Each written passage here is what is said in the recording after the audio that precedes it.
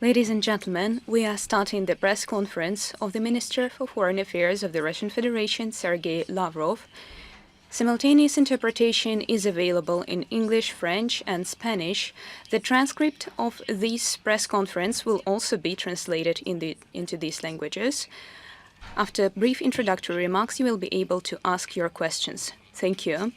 Ladies and gentlemen, I am happy to welcome you to this traditional meeting that takes place annually right after the New Year and Christmas holidays. I would like to congratulate everyone who celebrates this holiday. A new year has started, 2024, and we are hoping that it will be better in all senses of the word, something that our President has spoken about in great detail. He spoke about our plans for internal development. They are clearly outlined. The government is actively working. A few days ago, the President met the members of the government discussing various issues relating to ensuring sustainable progress of our economy in the context that exists today due to the aggressive and illegitimate policy conducted by the US and its satellites. The task is clear: to eradicate any and all need to be dependent on the supply, financial, bank, and logistics chains that are, one way or another, controlled by or influenced by our Western colleagues. This policy is clearly defined in the decisions that have been made and that remain to be made in the future. As for our foreign policy, we have outlined our key priorities for the foreseeable future. In March, the President adopted the concept of Russia's foreign policy. Its new version has been revised greatly, to a great extent, considering the realities of the present. Since the West has proved itself to be impossible to negotiate it with its unreliability, and the global majority does not want to live in such conditions and wants to ensure their development in line with the national interests of each respective country, with full respect to the principles of the UN Charter, starting with the principle of respect for sovereign equality of states. Since the adoption of the UN Charter in 1945, not a single foreign policy decision of the West at the international arena respected or even considered this principle of sovereign equality of states, big and small, regardless of their values, religion, or traditions. In our foreign policy,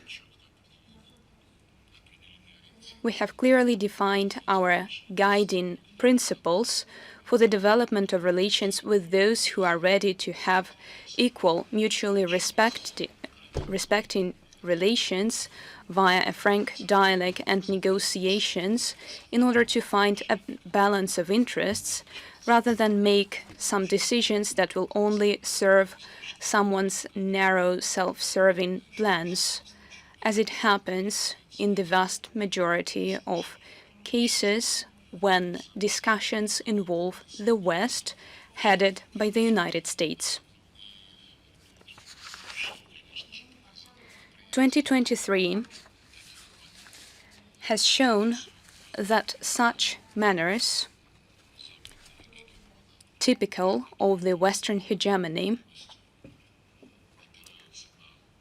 that rely on their own self-serving interests and disregard everyone else's interests, are evident. They ruled the world for almost 500 years and did not have any competition, with the probable exception of the Soviet period. They did not have any serious competitors throughout that period, and probably that made them complacent. They got used to being the hegemon. However, life is going forward. There are emerging and strengthening centers of economic growth, centers of financial power, political influence. These centers are surpassing the United States and other Western countries in their development. I am sure that you are aware of our assessment of the situation in the relations with the People's Republic of China, the fastest growing economy in the world, together with India.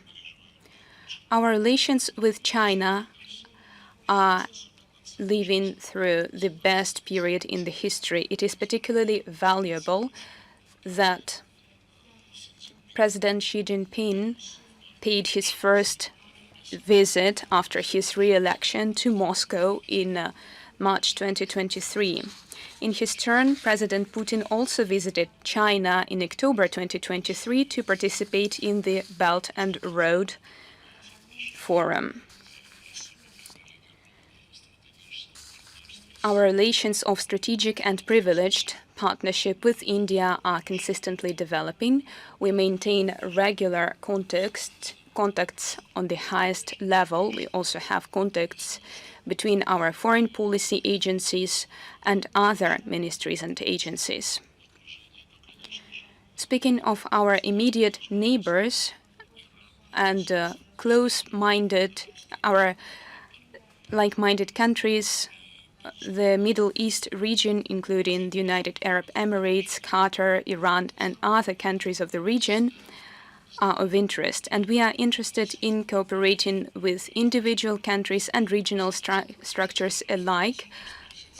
The Gulf Cooperation Council, the Arab League, ASEAN, the African Union, CELAC, and other organizations are something that we cooperate with.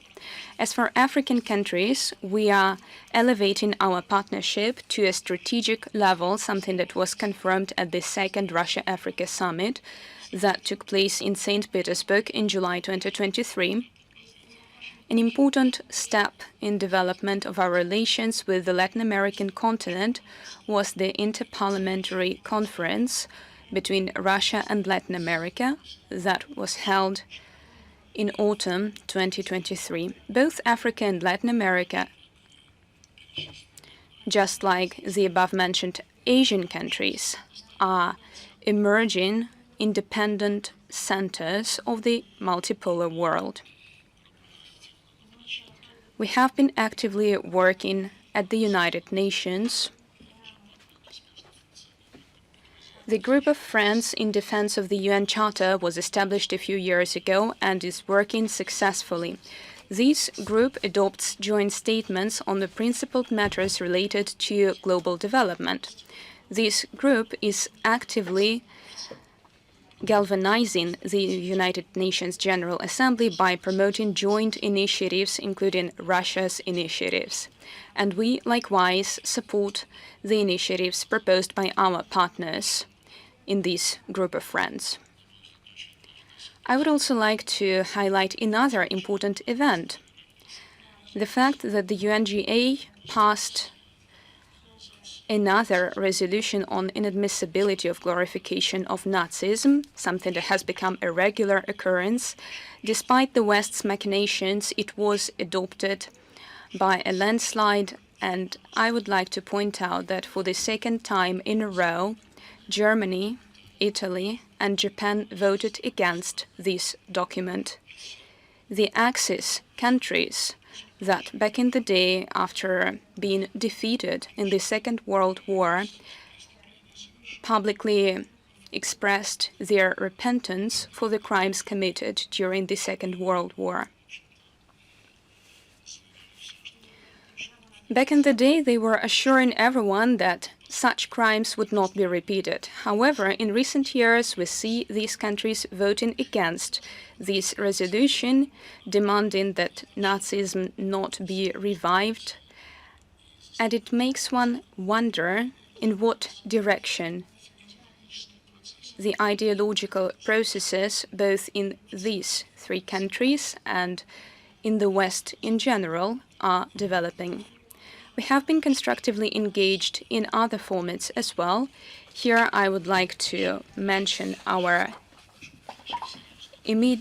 closest allies. I am talking about the Union State of Russia and Belarus, as well as the Collective Security Treaty Organization. As part of the CSTO activities, we have been promoting ensuring stability in all of its dimensions, including its military aspect, as well as biological security and security in terms of new challenges and threats, including terrorism, drug trafficking, and other kinds of organized crimes. The Eurasian Economic Union is also worthy of mention. It has passed certain decisions about deepening Eurasian integration as well as ensuring cohesion of these processes with the Belt and Road Initiative promoted by China. The EAEU is cooperating with the Shanghai Cooperation Organization, with ASEAN and other associations and countries located on our common Eurasian continent. Russia chaired the Commonwealth of Independent States, CIS. Russia has become chairman of the CIS, and we intend to continue the useful projects that started last year. For example, we are going to pay particular attention to the fact that in Bishkek in autumn last year, an international organization for the Russian language was established. This initiative was proposed by Kazakhstan and received support by all members of the Commonwealth. This organization is open for participation to all countries of the world. We know that the Russian language is popular everywhere in the world, on all continents, and we are hoping that there will be a lot of members interested in the participation. I have mentioned the Shanghai Cooperation Organization as an umbrella project. Together with the EAEU, ASEAN and other sub-regional structures, we are trying to ensure an objective and natural formation of a greater Eurasian partnership, something President Putin spoke about at the first Russia-ASEAN summit.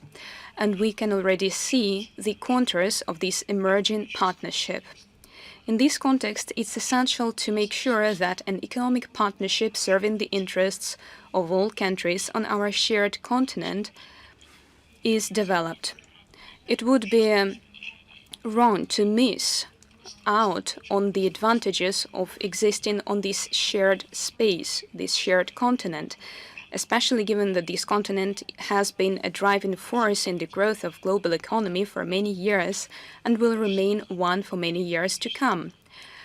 Besides mutually beneficial economic projects, we also need to ensure military and political security in Eurasia. We are going to make sure that this task is resolved by countries of the continent without any attempts from out-of-region countries to insert themselves into these processes, bringing their own ideas and dictating their will to others. Eurasia is more than capable to ensure its security itself. I've spoken about regional structures, but there are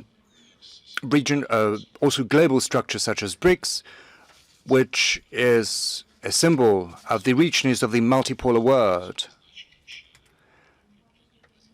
And right now, the last year's South Africa summit took a decision to extend the BRICS membership, which became a very important step. Starting from the 1st of February, Russia takes up the baton in BRICS, and we'll do everything in our power to make sure that the newcomers fit perfectly into our common agenda, thereby contributing to strengthening positive trends not just within BRICS itself, but also in the international arena in general, in the interest of the world majority. Given the fact that more than 20 countries, almost 30 countries are interested in getting closer together with BRICS, given that this association with a global membership, in our eyes, has a bright future ahead of it.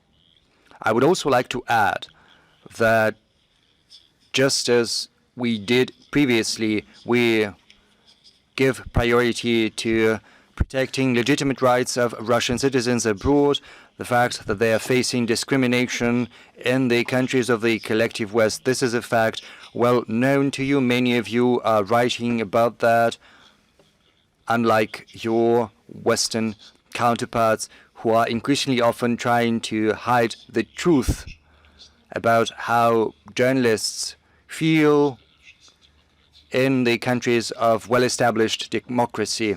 Pardon the expression. But apart from the everyday problems that our citizens are facing in the US and in Europe, as well as in other countries, certainly ever present are emergencies of natural origin as well as man-made disasters.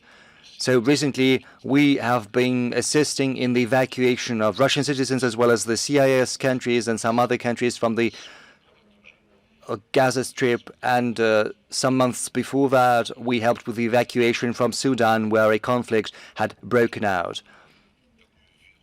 As far as public diplomacy is concerned, I would like to point out such a milestone as the establishment of the International Russophile Movement last year. This is an informal association of people who live across different continents and yet feel some kind of spiritual proximity with Russia.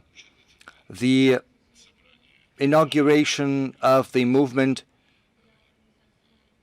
took place, and the first Congress is scheduled to take place in the first half of 2024.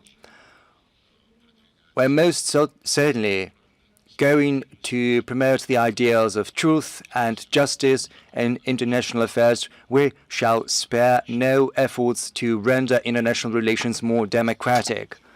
And in that sense, the Russian Foreign Ministry is actively supporting the United Russia initiative of hosting an international inter-party forum of advocates of the fight against the modern practices of neocolonialism. The plans are to host that event in Moscow. The neocolonial nature and essence of the West's policy is pronounced in the current policies pursued by the US and its allies, and the essence is basically the same as it used to be, namely to use to their own advantage the resources coming from other countries. In other words, basically living at the expense of other countries. The forthcoming forum promises to be very interesting. It promises to be an important event. As far as the cultural agenda is concerned, Russia is preparing to host a number of high-profile events, such as the International Youth Festival, as you know. But little time is left before its opening. Also, the Games of the Future, integrating physical sport and also cyber sport, the BRICS Games in Kazan in February, and in summer, these events are going to take place. The International Intervision Singing Competition is also going to be held, and it is going to be attended by representatives of the world majority. And we will do everything in our power to make sure that the guests of ours who come to these events and to other events enjoy and take advantage of the Russian hospitality, just as it was the case in 2018 when Russia hosted the World Cup finals. And in conclusion, I would like to reaffirm our openness to communicating with the media in various formats. the representatives of the ministry present here, I believe, cannot be reproached for avoiding contact with journalists and other heads of departments and other high dignitaries of the ministry. When they go to international events or when they're here, they're not just trying, they also have it as their duty to speak and tell you about our job. They have the duty to make sure that our activities are well understood and are open. Thank you. And now we're ready to pass to Q&A session. Rain Ovesty, please. If you'll allow me, Minister, 2 questions. First question, Minister. In case Ukraine holds elections this year, is it possible that a person comes to power there who is willing to talk to Russia? And how vital is it from Russia's point of view? How central is the agreement between Ukraine and Great Britain has been concluded, and also what do you think about the probability of conclusion of similar agreements with other countries, like the G7 countries? Honestly, we are not that concerned with the hiccups that come up in the political life of Ukraine. Yes, the issue of elections has come up. We have heard that the West is insisting that Zelensky should hold such elections, probably supposing that the electoral campaign and the vote itself would probably allow them to steer Zelensky closer to the West's interests, because very often he's deviating from those interests right now. He's often saying that elections are not going to take place because the war is raging on. But it seems as if all of that had been orchestrated. It's as if this person and his accomplices are doing everything in our power to cling on to power. And I see this desire of his to cling on to power. The West wants greater flexibility because the West has already understood that the Blitzkrieg that was so much promoted and advertised with a view to dealing a strategic defeat to Russia had failed, and the paradigm has shifted, especially within the minds of the West. The West has realized its mistake, even though it's difficult for them to admit that. So they're trying to send some external signals right now. On the one hand, these signals allow them to continue supporting Ukraine. On the other hand, it allows them to continue pushing Kiev to being more pliable and more obedient to its Western masters. How this is going to play out, I don't know. And you had a second question. The second question was about the agreement between Kiev and London, the security agreement. How does it fit into the future settlement?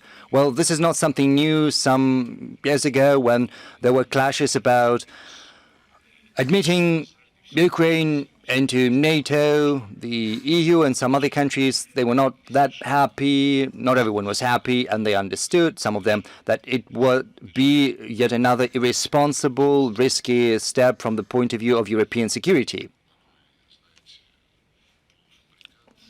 So it's just kind of a half-baked product. Namely, this idea of concluding bilateral agreements with certain Western countries. I've heard about the contents of the document agreed upon by Zelensky and Sunak, and judging by that document, I do not see any legally binding agreements apart from Ukraine's obligation to defend the British Isles should an invasion be mounted against the UK. Well, somewhat funny, somewhat comedic. Maybe it's a continuation of Neighborhood 95. Maybe the name has been changed of this band of comedians. But be that as it may, these agreements do not change our goals, and this has recently been confirmed by President Putin. In our special military operation, we're going to achieve our goals, doing that persistently and consistently. The goals will be achieved. From time to time, the West is sending some signals, then these signals are taken back, as it were. We are taking these signals philosophically. Our president has pointed out on numerous occasions that Russia is not refusing to talk. He said that back in 2022, when at the behest of Boris Johnson and other Anglo-Saxons, Kiev was forbidden from concluding a settlement agreement with Russia. It happened in April 2022. This story is well known now. And speaking about this subject back in 2022, our president pointed out that Russia did not refuse to talk, but he said that everyone else needs to understand that if they refuse talks, then the longer this would drag on and the more difficult it would be. And we see this prophecy has now come to pass. There are no hopes right now that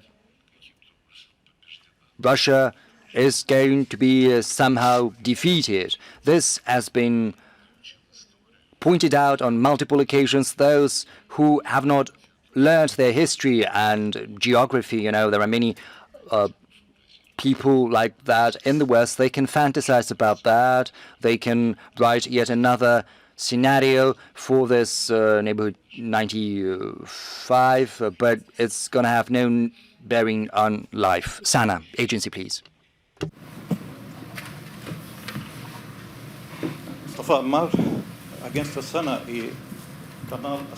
Sana, agency, Syria, channel. Minister, first allow me to wish you a happy new year. I would like to wish the Russian people victories on every avenue. Right now, the U.S. is establishing military and political coalitions that are mounting an aggression against Yemen. They're also continuing and condoning Israel in the genocide of the Palestinian people, as well as the military action against the peoples of Lebanon and Syria. What's the assessment of Russia with regard to these actions?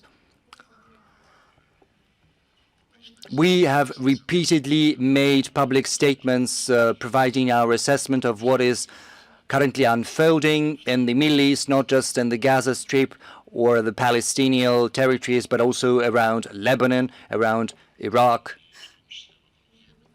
and around Yemen as well. Indubitably, the US, together with the UK, as well as a number of other allies of theirs, have overstepped and basically trampled into the ground all the norms of international law, including the UN Security Council resolution that has only called for protecting commercial navigation. No one has given any authority to anyone to bomb Yemen, just as not a single authorization has been given back in 2011 to NATO to bomb Libya. The only resolution that was adopted back then was about establishing a no-fly zone above Libya. So it was to prevent the Libyan Air Force from taking to air, and it was not, the forces were not taken to the air.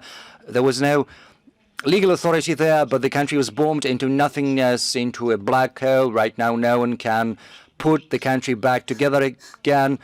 Droves of migrants have rushed to Europe, and this is the bale of Europe, whereas the UK and the US have been spared that, whereas the heart of Africa was engulfed with terrorists that had been used by the West in order to overthrow Gaddafi. And the same chaos and lack of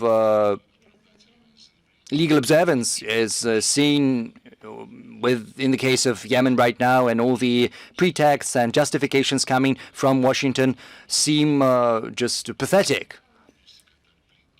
And against this background, just a couple of days ago in Davos, State Secretary Blinken made an announcement saying that all the Middle Eastern countries wanted a U.S. presence, and they want that the U.S. should play a leading role in the region. Well, it's difficult for me to judge how big is that desire of theirs. I think we should ask them. But just one of the countries in the Middle East, Iraq, namely, said and made a decision a couple of years ago. This decision was as follows: thank you, Americans, you stayed as guests here for several years, but let's put an end to that and let's see you out.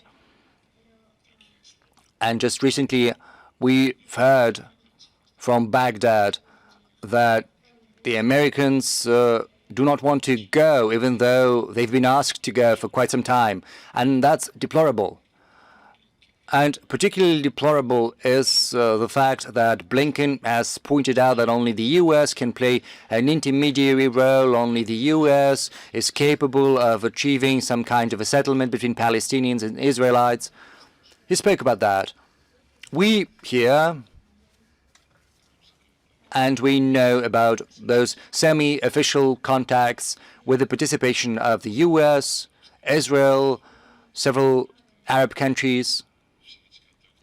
But these contacts do not imply a direct dialogue between Israel and Palestine. These contacts imply that some grown-up adults, grown-up men, are going to reach some kind of agreement and then impose that on Palestinians. But this is not going to work. Only direct dialogue, which needs to be resumed, can be the answer. This dialogue used to happen, albeit arduous and difficult, but some progress was being made with the support of the international intermediary quartet, the quarters of intermediaries in the Middle East, the US, the UN, Russia, and the EU, and we've always advocated the participation of the quartet as well as the Arab League, but that was blocked. That was prevented from happening by the Europeans and the Americans, regrettably, and then the Americans have basically, as they think, disbanded the quartet, monopolizing the mediation process. You might remember that in September last year, National Security Advisor of the U.S., Jake Sullivan, said that never before had the Middle East enjoyed more peace and quiet than several years before, and just several months after, a conflict in the Gaza Strip broke out. So we should probably rely on collective effort, something the U.S. is no longer accustomed to. The U.S. is accustomed to dictating its conditions. On Tuesday next week, there's going to be a special session of the UN Security Council on this subject. We intend to take part in this meeting, and I'm supposed to go to New York to attend this meeting. We are going to present our initiatives with a view to resuming collective effort rather than trying to act on one's own. It's not that the United States wants to impose their agenda there, but also worldwide. We'll wait and see as it goes. I believe that real life is going to teach our Western colleagues a lesson, as well as the regional countries should insist that it is their place to live, and for them the security of all the nations in the vicinity is decisive. External advice will not be banned, I think, but the final definitive decision rests with the regional stakeholders. And the main area of the efforts would be an establishment of a Palestinian state in line with the UN Security Council decisions in full conformity with those, a state that would be viable and exist in security and good neighborhood side by side with Israel and other regional countries. Otherwise, no matter what is going to happen, we will, I'm sure, see the relapses of the violence that is ongoing in Gaza, because without the Palestinian state established, the people of Palestine will feel oppressed, encroached upon, will live in injustice, and generation after generation of young Palestinians will pass it down to their children. So the definitive outcome must be the establishment of a Palestinian state. I really hope that the Israeli leadership will come to this conclusion. At this point, not everybody in Israel believes it's acceptable for that country, but you know, nothing can be done about that. We only can dialogue and talk and explain, but without a Palestinian state in place, Israel will not have its security safeguarded, and it's in Russia's interests that the Israelis live in security. It is a long-lasting partner of ours. We were the first nation to recognize their independence. Now, around 2 million citizens reside there and stay there who have double nationality of Israel and Russia. And definitely we care about that, and we are ready to play an active part in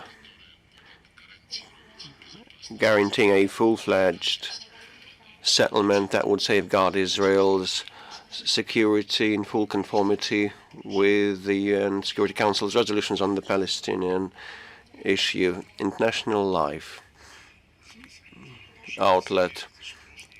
Well, Mr. Minister, last year, the rumor was, the information was that the United States submitted some written proposals to Russia to launch a negotiation process on arms control. Back then, the MFA of Russia confirmed that, and that an official response was being contemplated. So, after all, was there a response submitted to the ES? And the second point is, do you see any prospects, any future and possibility of resuming the dialogue with the ES on strategic stability? Is it possible? Is it appropriate now? Is it called for, given the current context of the standoff with the West and against the backdrop of the blatantly hostile policies by Washington? Well, with respect to the prospects of resuming the strategic dialogue with the United States, a lot has been said on that of late, and this topic comes up every now and then in conversations, in contacts with mass media, but talking about these prospects in earnest, being adult people, is impossible. Separating that from the overall international situation and the strategic stability situation as of today, the patterns and manifestations are extremely negative, and the things have been aggravating, which has to do primarily with the heightening of the processes that lead the world from a unipolar to a multipolar order, and the West, that has been at the helm of the global developments for 500 years, definitely is trying to balk fiercely, and we're having an eye on that, and they do not want to see this transition to the multipolarity. By this, they are countering the real objective course of history, and they are trying to cling to their global dominance that is slipping away from them, and trying to contain these developments. The West stops at nothing in terms of means and ways to counter those who are against those hegemonic feats and uphold the equality principles enshrined in the UN Charter. Instead, the West has been trying to maintain its unbridled global dominance. Primarily, it is the policy of Washington, but they stumble over more and more obstacles. One of these obstacles is Russia, that has demonstrated resolve not to see its interests encroached, being a great power and one of the global civilizational centers. With respect to the firmness of our policy and our tack,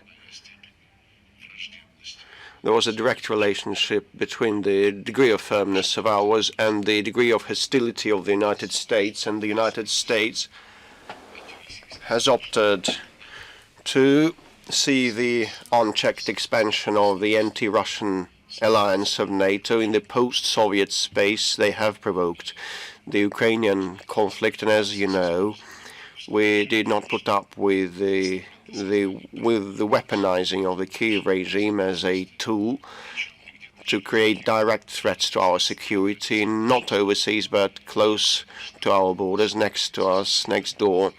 And definitely we would not reconcile ourselves with the use of the Kiev regime in a frontal assault against all Russian things like the language, culture, education, and Russian speakers who lived on those territories that had been developed by their forefathers for centuries. And these territories have always remained part of the Russian world and Russian soil, Russian land, and Kiev is meant to be converted into a weapon to destroy this common memory and destroy and decouple all kind of ties between the Russian and the Ukrainian peoples, which is also a direct threat to our interests. In response to the measures that we took in order to safeguard and protect our interests, our outbound, if I may say so, the United States has unleashed a total hybrid war in order to reach a political and economic and diplomatic strangling of Russia, to choke us and also defeat us in the battlefield. That was all stated in public. In parallel with these developments that we all are witnessing, we do not see any slightest interest in the United States or the West to settle the Ukrainian conflict in a fair way. They do not want to listen to our concerns. They do not want to talk in earnest about removing the fundamental contradictions. On the contrary, the West has been leading towards the escalation of the Ukrainian crisis, which now creates additional strategic risks and perils.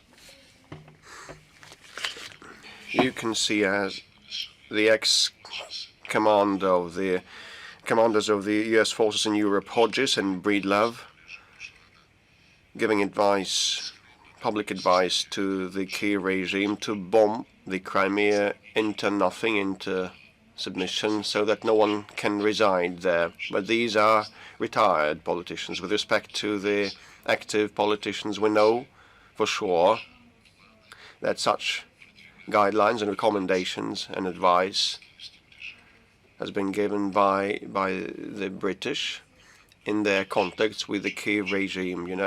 They did not learn lessons of life They said that they would support Kiev for as long as it takes. Now they start saying that they will support Kiev for as long as is possible. This is a minor change reflecting the changing situation, but this is up to them. Well, to give an instance, we could see a similar turnaround in Afghanistan. For 20 years, the Americans stayed there. Was it for as long as it was necessary, or for as long as it was possible? Did they arrive at somewhere there? Did they fulfill something or anything? Same refers to Iraq. All the reckless undertakings of the United States in the military field, did any of them yield any positive effect, any establishment of democracy that it had been meant for? And Ukraine is in for a similar fate. They rely on their masters. They are not aware that the master only thinks of himself, not about you, and you cannot count on making allowances for your people's interests. So they have been nudging Ukraine to use long-range strike assets and missiles to impact inter alia, the Crimea, and also the hinterland of the Russian soil. Apart from the connivance and nudging, they have also been submitting the necessary weapons. And that means that the West is not willing to pursue a constructive course that would take into account the legitimate concerns of the Russian Federation. So such destructive policies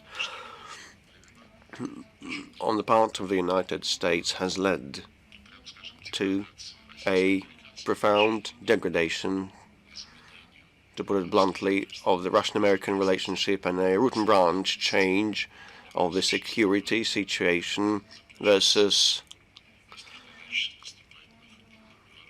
the period of the START treaty signing.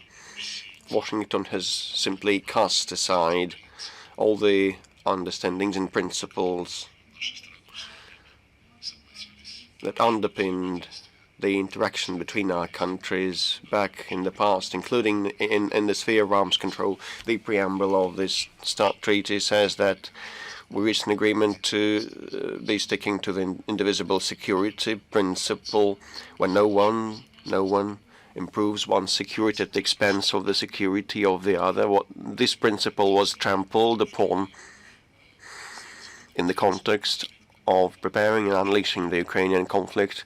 Also, the preamble of that instrument says that the US and Russia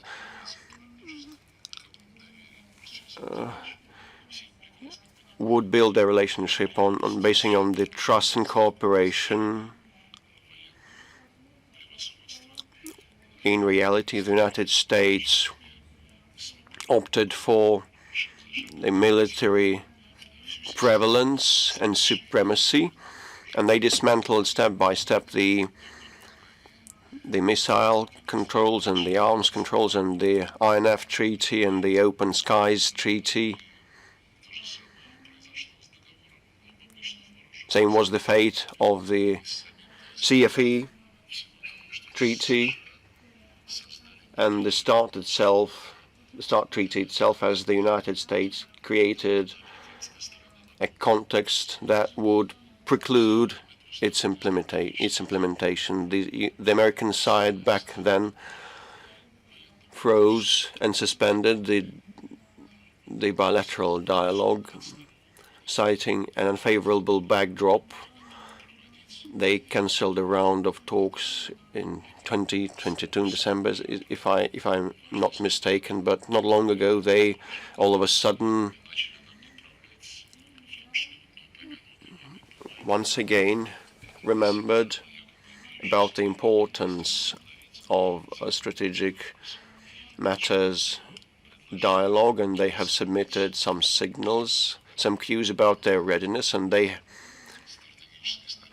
They suggested that the talks on strategic stability should be set aside from the overall military and political context, should be separated from the overall context. And this context is, irreconcilably hostile towards us. And they told us, well, we keep chastising you always, everyone, every now and then, and we want you to move back to the frontiers of the 1991 and leave the poor democratic Ukraine alone. We'll keep doing that. But at the same time, meanwhile, let's sit down at a table and talk about the specific topic of the strategic arms control and limitations. They said some time ago they touched upon this topic only in order to resume the inspections and visit our nuclear facilities. And at the same time, they supplied arms to Ukraine, with the help of which our military bases of strategic bombers were impacted and shelled.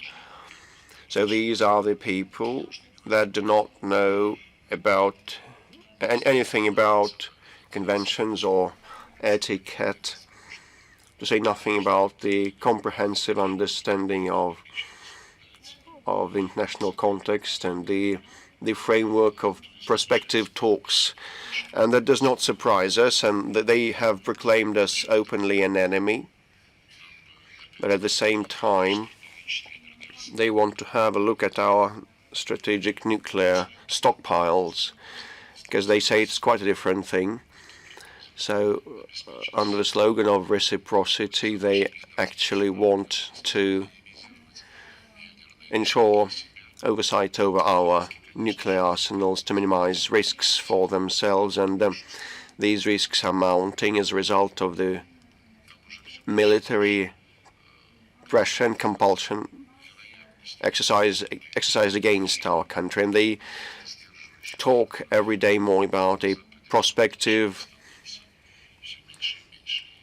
collision of nuclear powers, and every day there are fewer and fewer deterring factors, containing factors, and the Germans and the Poles speak publicly in earnest about training some of the NATO troops so that they should enter the Ukrainian soil and get deployed there and occupy some positions. These are people in power in those countries, so we believe that the American ideas are unacceptable, and they have not been concealing their designs. While talking about the strategic stability, they're saying that the non-nuclear forces should be factored out and left aside from the talks, so that the West wants to enshrine its advantage and assert its quantitative advantage in terms of these assets. So we do not see, against the backdrop of the hybrid war conducted by Washington against Russia, we do not see any possible grounds to implement any additional measures on the matter of arms control to see the reduction of strategic risks, and would not see any chance to talk with the United States about the strategic stability. We did not cast it aside altogether for future, and we never did that. Nor we shrug off a possibility of a diplomatic settlement, but we firmly condition such a possibility on the preliminary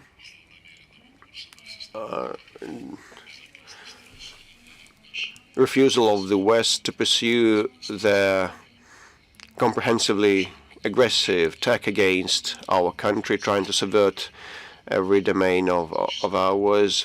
Apart from that, any hypothetical and prospective interaction in future in the matter of strategic stability would require the United States to get ready to consider this topic, taking into account the full plethora of the factors that have a bearing on the strategic stability, not only the aspects that are of the strategic stability that are in the interest of Washington. They do not want, and are not eager to contemplate the strategic stability comprehensively, and it cannot happen in the current context, so critically important contradictions must be lifted and removed. I'm referring to the NATO's expansion eastwards, and this is something we talked about in December 2021. Well, we had talked about that long ago, but in December 2021 we came up with specific proposals that were capable of preventing the current conflict and save Europe's economy that is now being drowned by the Americans with a lot of effect, but they spurned our proposals back then. As for your question about whether we have informed the Americans about that, in December 2023, we sent our ideas that I have briefly outlined just now to them as a paper, just like the written proposals sent to us by the Americans. These assessments have no alternative to us, and we suppose that everything has been said on that matter, and there is nothing left to say. Xinhua, please.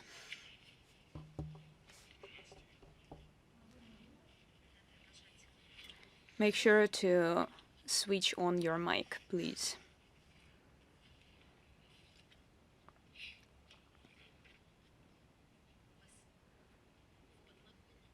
In your armrest, you have the microphone. Maybe that's a Japanese mic. That could be the problem. Good afternoon. Minister Lavrov. I'm a reporter from Xinhua. My question is, if we were to ask you to describe the results of the work in Russian-Chinese relations in 2023 in 2 or 3 words, what would be these words and why? What do you expect our bilateral relations to be like in 2024? Thank you. In my introductory remarks, I have already mentioned that, just like our leaders have repeatedly said, Russian-Chinese relations are going through the best period in their history.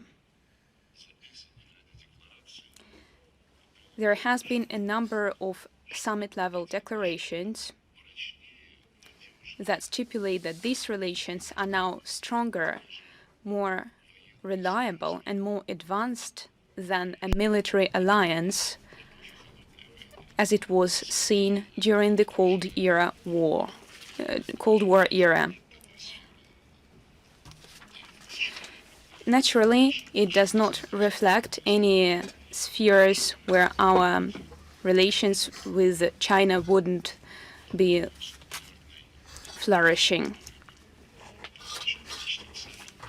The 200 billion barrier that was set as a purpose was actually surpassed last year, and this trend is continuing to go on.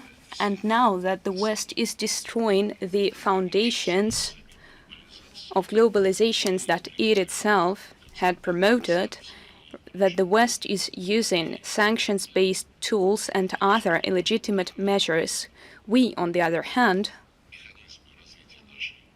are switching to different mechanisms, developing our trade and investment cooperation that would not be subject to Western influence.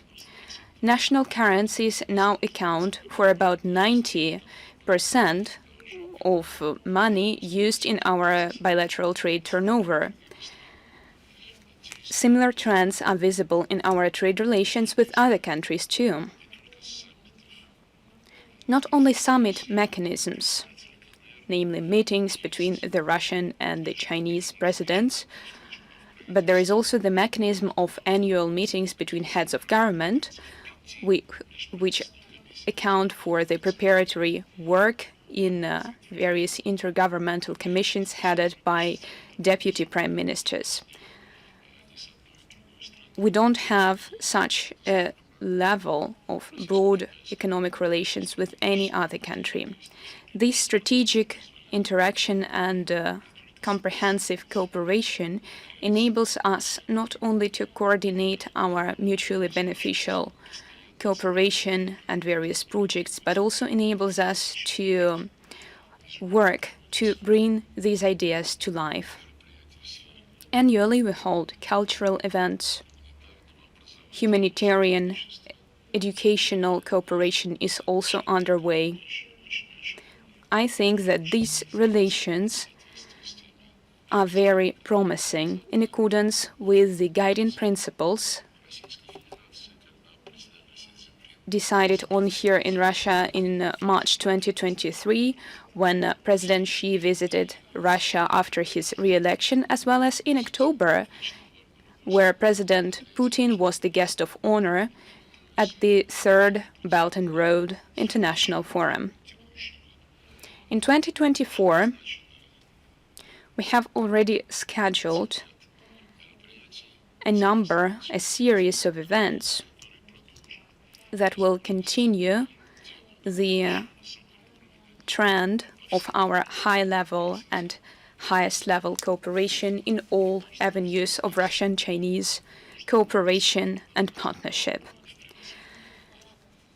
There is a plethora of words that would describe in superlative terms our excellent cooperation, but I don't want to choose just one or two or three words. However, the exception to that would be the word friendship. You probably remember, Russians and Chinese are brothers forever. This saying was very popular in the Soviet era, here in the Soviet Union. Maybe it was a bit artificial because, truth be told, Soviet-Chinese relations soured a little bit after that, but right now more and more Russians visit China as tourists or for business, as part of cultural and educational exchanges.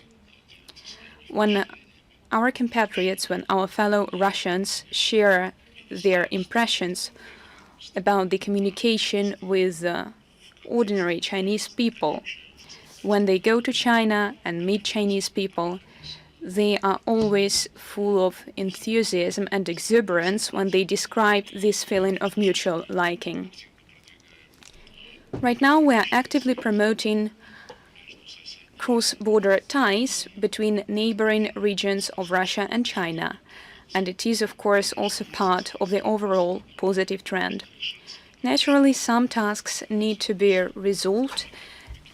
A lot remains to be done in economy, trade, because naturally everyone is interested in getting the best deal possible.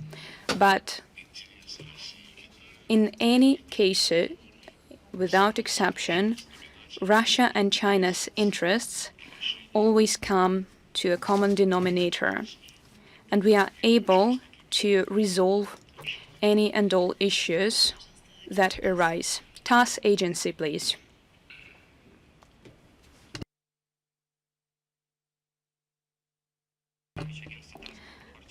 Minister Lavrov, good afternoon. Artyom Popov, TASS agency. The leaders of Armenia and Azerbaijan recently exchanged some cutting remarks. The issue at hand was the communication between Azerbaijan and Armenian borders and reopening the borders. Armenia has a different opinion on the matter. What's your take on that? Will this exchange of cutting remarks hinder the normalization of Armenia-Azerbaijani relations? My second question is, recently in the media, a number of articles were published about the possibility of possible direct negotiations between Russia and Ukraine, with Geneva mentioned as a possible platform for such negotiations. Is that true? Is Moscow ready for such a scenario? As for the Armenian-Azerbaijani settlement, true enough, in the past few days, Armenian and Azerbaijani leaders, in their public remarks, touched upon the topic of establishing ties between the Azerbaijani mainland, so to say, and Nakhchivan And Prime Minister Pashinyan also said that Armenia categorically rejected the Zangezur corridor. This corridor was not part of the agreements reached by President Putin, President Aliyev, and Prime Minister Pashinyan. In the statement signed on November the 9th, 2020, that put an end to the war, said, deblocking all economic and transport ties. It also said that Armenia would guarantee safety of transport between Azerbaijan and Nakhchivan in both directions, and that control over this transport would be within the remit of the border service of the Russian Federal Security Service. I almost quoted that document that was signed on November the 9th, 2020, trilaterally.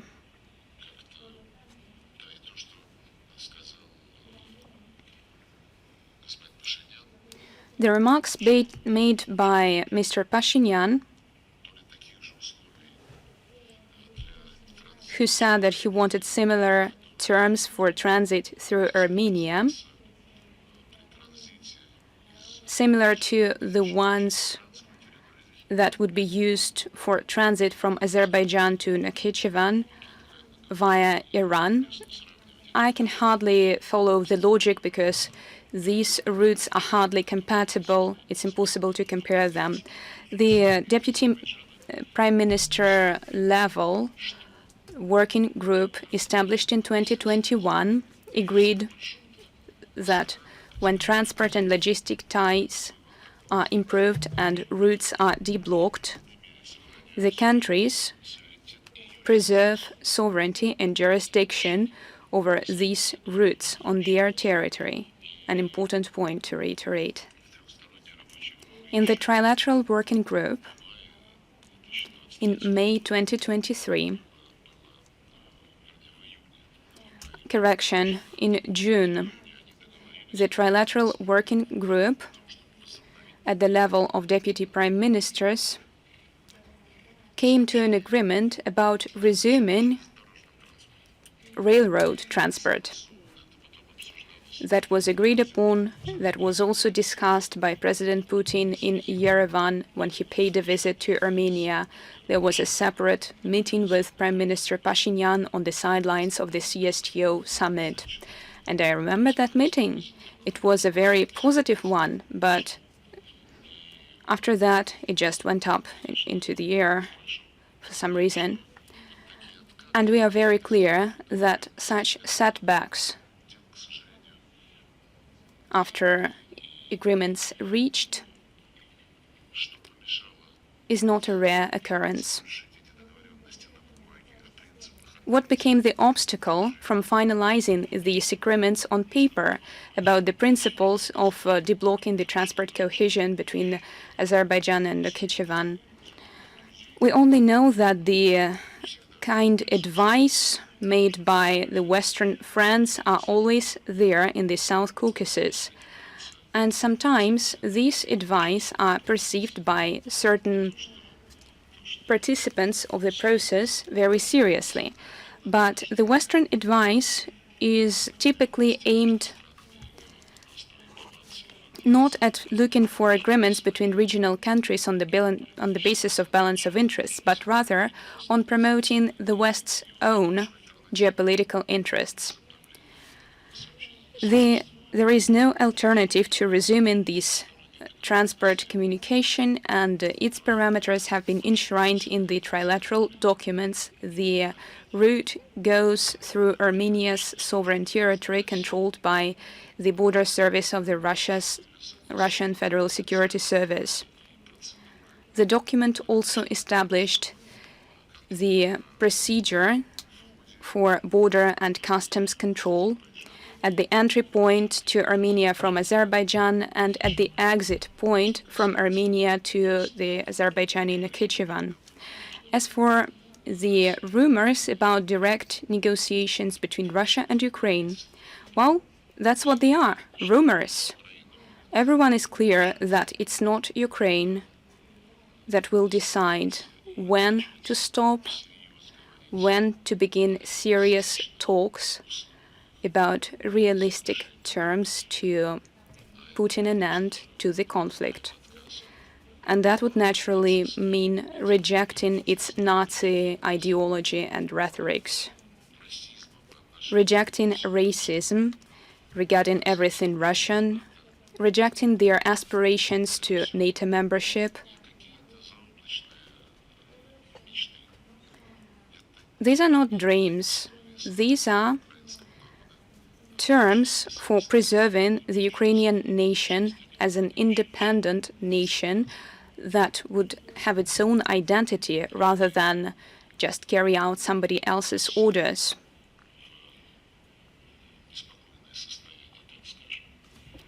To vex Russia.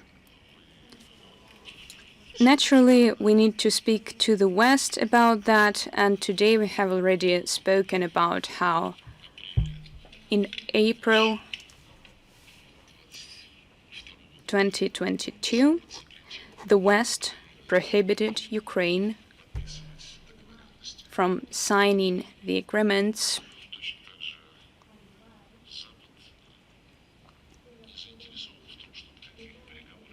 the West is not interested in any negotiations. Clearly and evidently, it is Washington that is calling the shots. In Davos, Blinken, if I remember correctly, said he didn't see even a remote prospect for negotiations, not just on the settlement, but also on a long-term truce in Ukraine. They don't even want to talk about Ukrainian settlement. Sometimes they make Freudian slips when they said declaring a truce to supply Ukraine with more weapons. This is what they did with the Minsk agreements.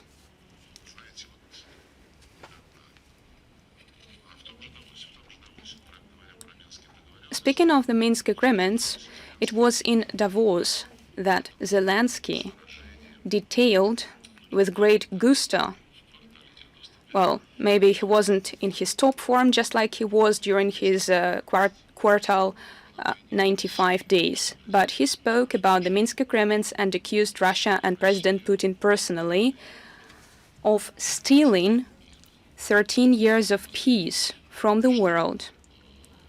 He made a direct claim that after 2014,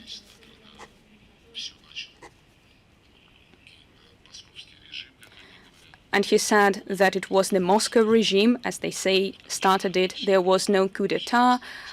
There was just the annexation of Crimea. And he said that after 2014, Germany and France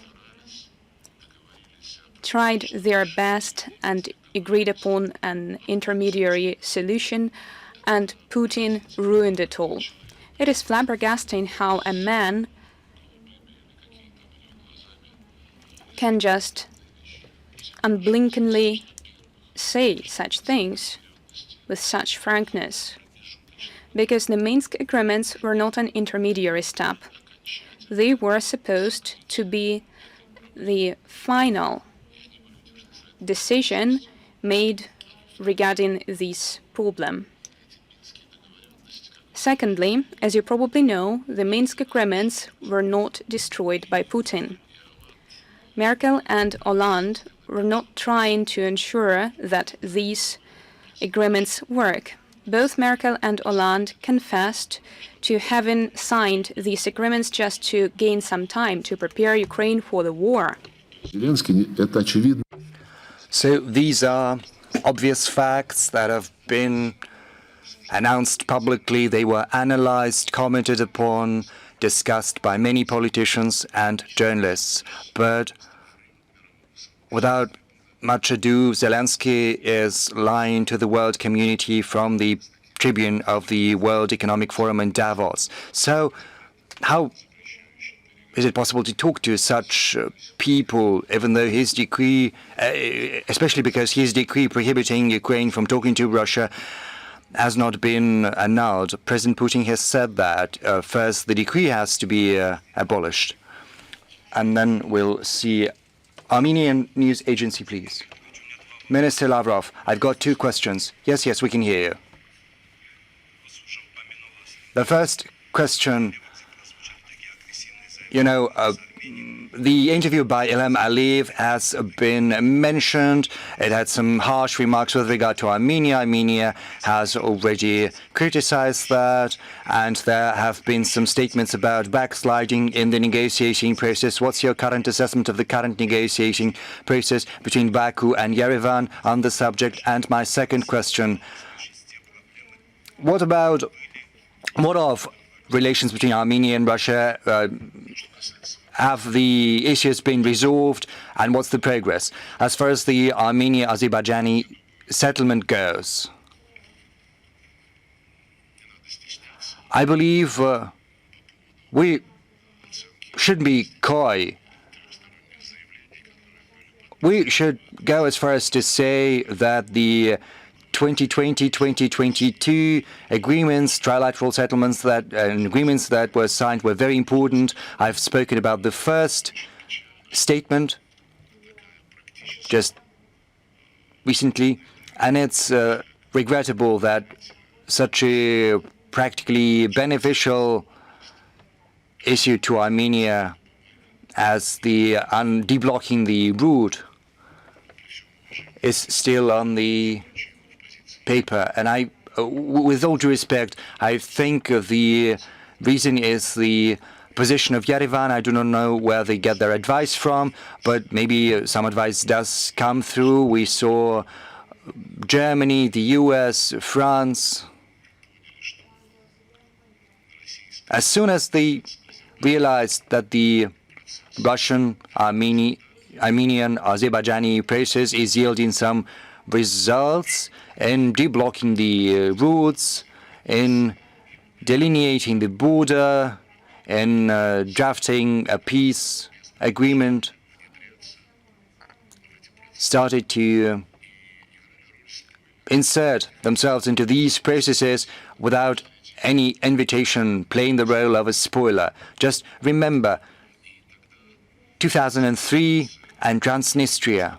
Back then, Russia was acting as an intermediary, and in 2003, Dmitry Kozak, who back then was responsible for this dossier, managed to agree upon the so-called Kozak Memorandum, which was initialed by both sides, and the signing agreement was planned. Back then, the president of Moldova made a call to President Putin, and he said, I'm sorry, yes, we did initial the agreement, but the EU forbids us from signing the memorandum because the document does not have some things the EU wants to be reflected there. It was not an agreement with the EU, it was an agreement between Transnistria and Moldova.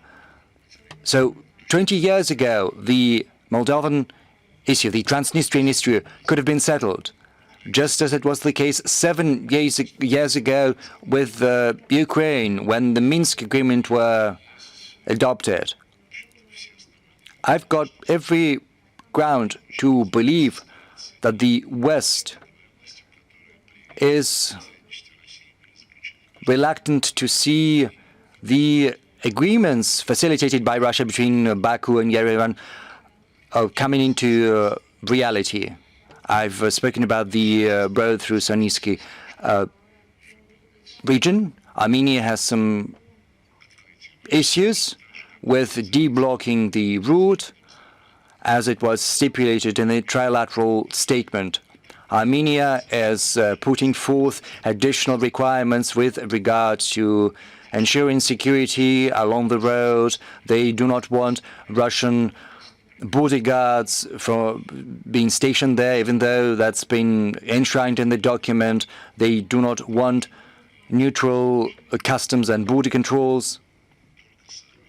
They want to do that on their own, which goes contrary to what had been agreed upon. And the same goes for the delimitation of the border.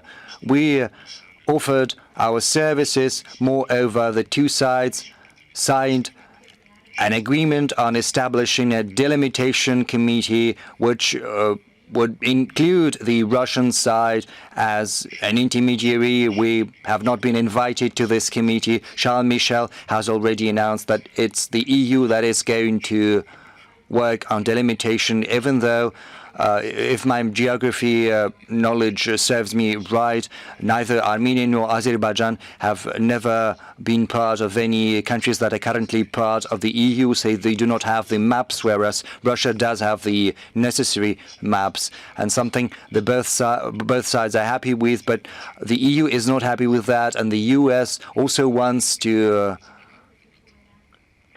delimit the border from across the Atlantic. Somehow they have come into possession of some maps from the Russian, from the USSR General Staff. You know, it does seem somewhat bizarre. These are adults who are trying to fight for supremacy, who is better, who is more important, who can get additional scores in international affairs. It's deplorable that the self-serving interests of the West prevent Armenia and Azerbaijan from putting into reality their vital, essential interests. As far as Russia and Armenia are concerned, we've never been at the origins of any cooling in our ties. Yes, we remember that many of the officials of Armenia, who back then were in opposition, made some statements during the electoral campaign. They made calls for withdrawal from the Eurasian Economic Union, from the CSTO. And once Prime Minister Pashinyan arrived in office, we didn't have the slightest urge, as it were, to distance ourselves from Yerevan. In our relations, things continued as they had before in economics, in military, in politics, in other fields. But what you're currently witnessing, you know, I personally participated in the talks that took place in Yerevan in 2022. There was a meeting of the CSTO, and a document was endorsed stipulating the dispatch of observers to the border between Azerbaijan and Armenia. The document was agreed upon. Then the leadership of Armenia said that they were not ready to sign the document right away. And almost at the same time, an EU mission was dispatched there. But that was the choice made by the Armenian leadership. The EU mission started to make active inquiries into the activities of our border guards stationed in Armenia, rather than working on confidence-building measures. They were trying to sniff out what was happening, what Russia was doing, what Russia was involved in, what goals it was pursuing. This is also well known. We've spoken about that with our Armenian friends. We said, yes, okay, there is an EU mission, and you're more happy with that, but why not extend a parallel invitation to the CSTO? The answer was, you know, the STO has been a disappointment to Armenia because it has not condemned Azerbaijan. Yes, we know this response. But if we have a look at the original causes of the conflicts, then we'll see at each turn, each and every side, both Armenia and Azerbaijan, made so many steps that didn't assist progress in the least. So we could go somewhat too far. It would be just trying to shift the blame instead of trying to implement the current agreements that would allow achieving real progress in delimiting the border. I think Armenia has made statements that the CSTO and Russia have been a disappointment, whereas the West has not, but it's the choice up to the Armenian leadership. Yes, in our society, among the political scientists and among the media, there are certain opinions on this subject, and sometimes these opinions are expressed very freely, and for certain comments, some people have been declared persona non grata by the Armenian government, which is somewhat, well, this is not often seen in relations between allies, between close friends.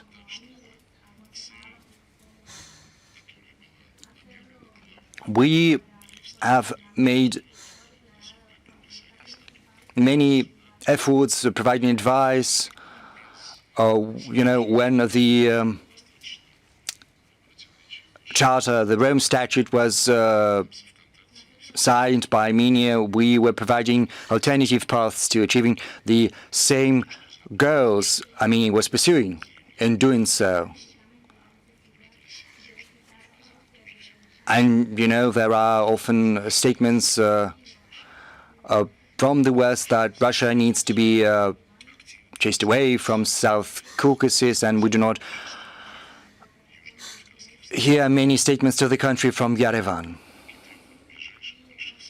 But I think Russia, Turkey, Iran, the closest countries to the South Caucasus, together with the three countries of the Southern Caucasus, Georgia, Armenia, Azerbaijan, they need to work together. We propose this format, and I think this format is going to prevail sooner or later because it's not dependent on the global geopolitical environment. Moreover, this format is immune to the geopolitical machinations with a view to preserving hegemony currently pursued by Washington together with its counterparts from Brussels. I would like to reiterate once again, we have very warm relations with the Armenian people. We have confidence that history is going to put things right. But on our own, we will not be able to solve all these problems. I would hate, to use the hackneyed phrase that, takes two to tango. Armenia has some more interesting dances than that.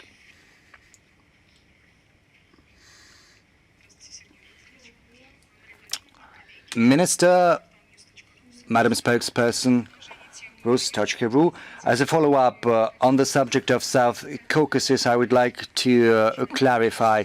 Russian officials have spoken about Moscow's efforts, President Putin's efforts in normalizing the situation in Karabakh. And recently in his interview, President Aliyev said it had been Putin, not President Macron, who had helped re-establish peace in the South Caucasus. President Aliyev.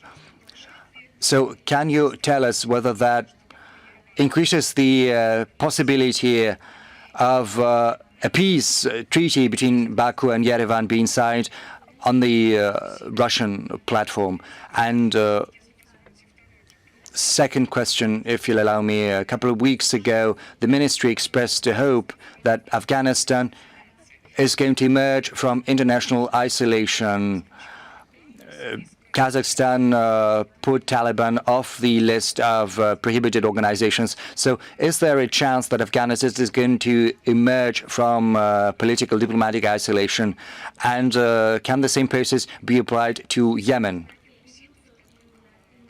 in particular through the recognition of Houthis, because de facto they've been controlling the capital for quite some time, as well as a bigger chunk of the territory of Yemen. I forgot what you started with.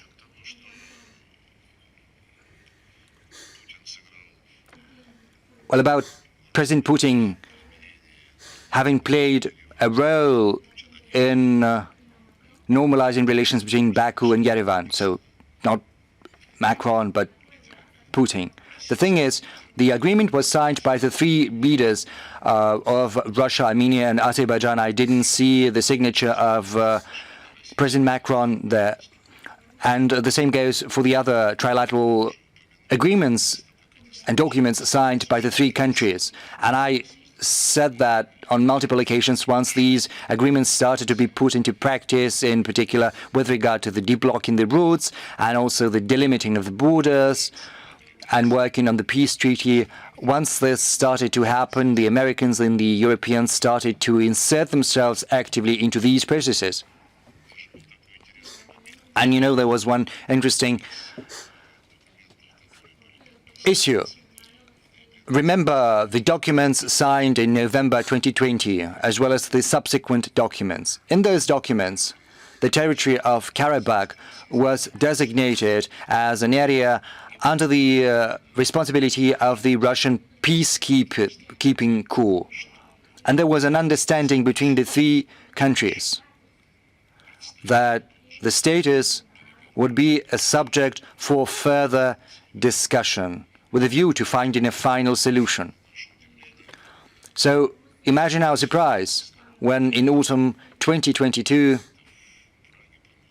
somewhere in Prague, if my memory serves me right, President Macron held the European Political Community Conference. So we and Ukrainians were not invited to, even though Armenia and Azerbaijan were represented there, and I think President Macron, together with Charles Michel, proposed a meeting, and during that meeting, they agreed a document saying that Armenia and Azerbaijan recognized the territorial integrity of one another in full conformity with the 1991 Almaty Declaration. And that declaration said that all newly independent countries had borders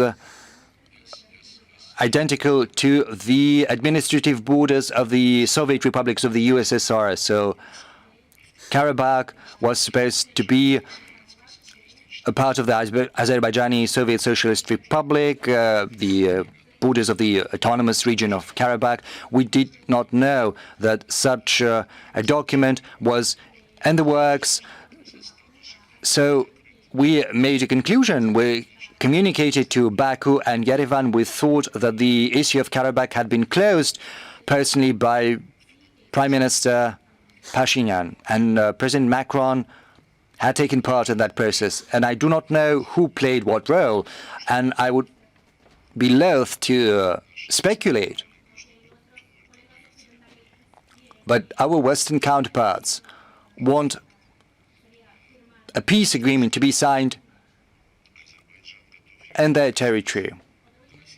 Azerbaijan is willing to sign a peace agreement in the Russian territory, where efforts originated to normalize the situation, to find a settlement.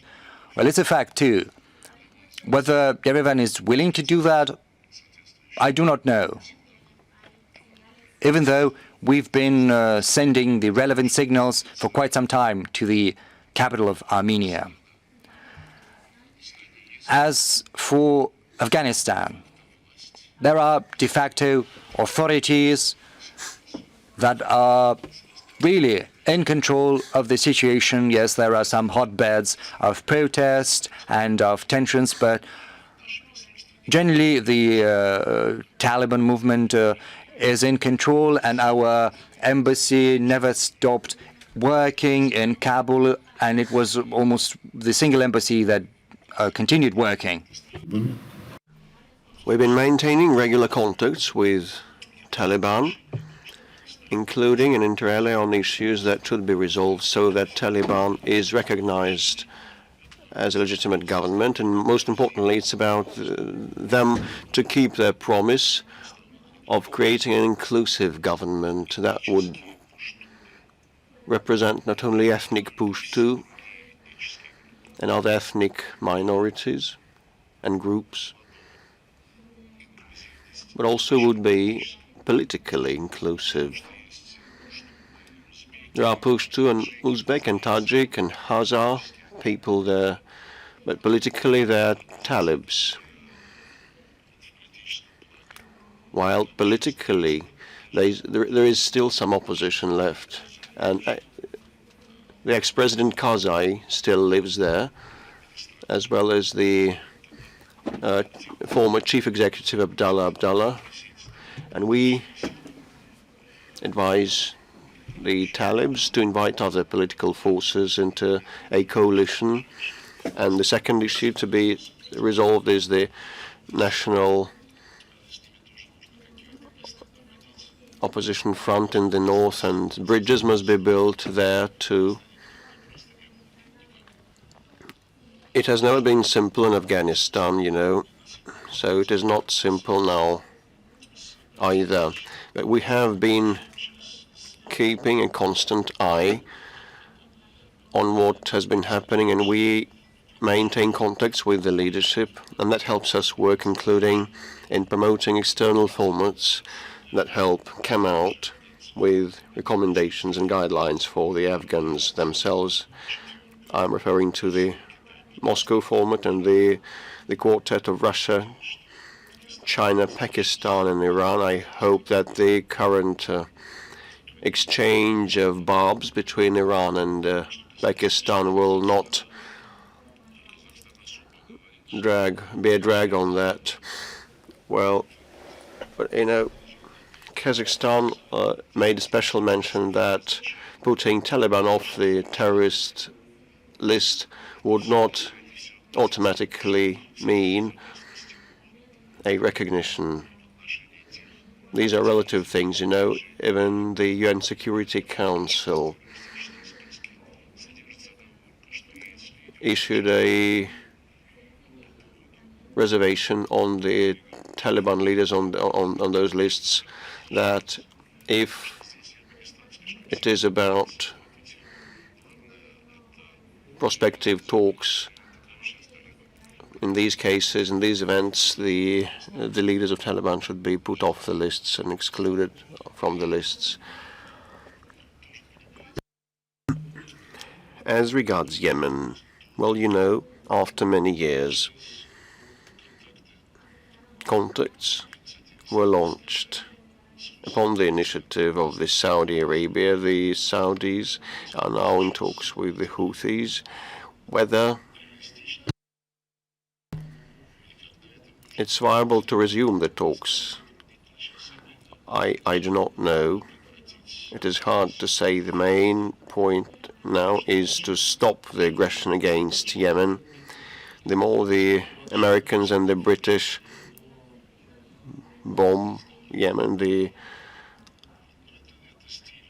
less is the Houthis' desire to speak. But this is the inherent style of our Anglo-Saxon colleagues. They always want to trouble the waters everywhere, and later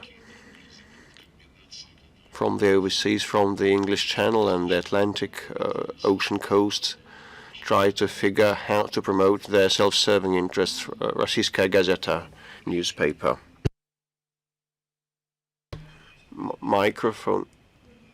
Good afternoon. My question is as follows. This 80 years since the deblocking of Leningrad is marked this year. Russia has always wanted to assist all the prisoners and victims of the blockade. Recently, the Rossiyskaya Gazeta made public some data that around 50,000 people receive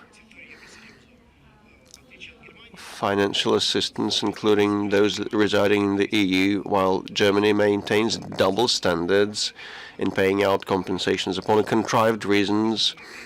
the Germans only pay the allowances to Jews, the compensation to Jews, and they would not encompass all other survivors of the blockade. Can you comment on that? We have been addressing that for many, many years when Berlin started paying one-off compensations to the Jewish blockade survivors. We stated it was not fair, and we attracted the attention of the Germans. Back then Steinmeier was the foreign minister, the current president, and I explained it to him repeatedly that a lot of people died and suffered irrespective of what their nationality or ethnicity was: Russians, Tatars, Jews, and many other ethnicities. The response was as follows: we are paying to the Jews because we have a law that obliges us to pay amounts to the Holocaust victims. All others cannot fall under this category. I thought it was blatantly absurd, and I told him that blockade was a unique phenomenon of the World War II, or the Great Patriotic War, when there was no distinction between those who survived by eating stray cats and boiling boots to have broth and burying people. We just wanted to put them to shame. We failed, and the answer was, well, as the Holocaust law allows for payments, we execute those. But if we pay out amounts to all those who would not fall under this category of Holocaust victims, we will have an influx of lawsuits. I suggested they would enact a special law on the Leningrad blockade survivors, which would be natural. They rejected and came forth with an idea of establishing a house of veterans in St. Pete and a Russian-German cultural center. I said it was instrumental and useful, probably to promote our civil society's conflicts, but that would not solve the issue of the blockade survivors, even if they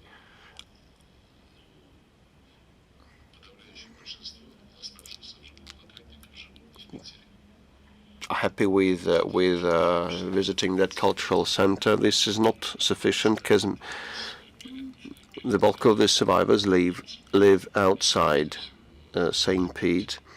Many of them live in the Baltic states, and not only in those. And we tried to incentivize non-for-profit entities so that they talk to the Germans via their revenues. And we turned to the European Jewish Congress and to Israel also, saying frankly that Israel probably should demonstrate solidarity with those who had to survive in the unbearable conditions back then. So we saw no interest in promoting this issue. At the same time, we had found out that there was a blue division compiled of and made up of the Spaniards. It sided with the Wehrmacht in the World War II, and they also participated in the blockade of Leningrad. And the veterans of that blue division still receive payments from the German state, while the blockade survivors, tortured by the invaders, are now in a disadvantaged situation. But the ruling class of Germany is historically oblivious of many things. They have the amnesia. Well, the expositions dedicated to the Second World War and the joint expositions between the Soviet and German experts are being reconfigured to remove the joint track with the Soviet and Russian participation. Same goes for the memorial complexes and facilities in the ex-concentration camps and the building where the capitulation was signed by the German Nazi side. So we are now seeing the degradation of the underpinnings of the post-war German society that obtained an identity that was credited worldwide. And now we can see that these instincts come to the fore. RT Deutsch.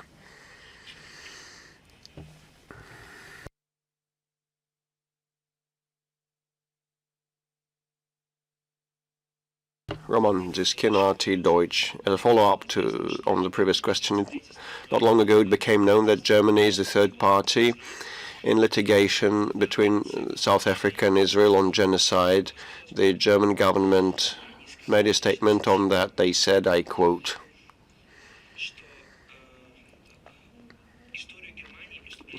Germany's history and crimes against humanity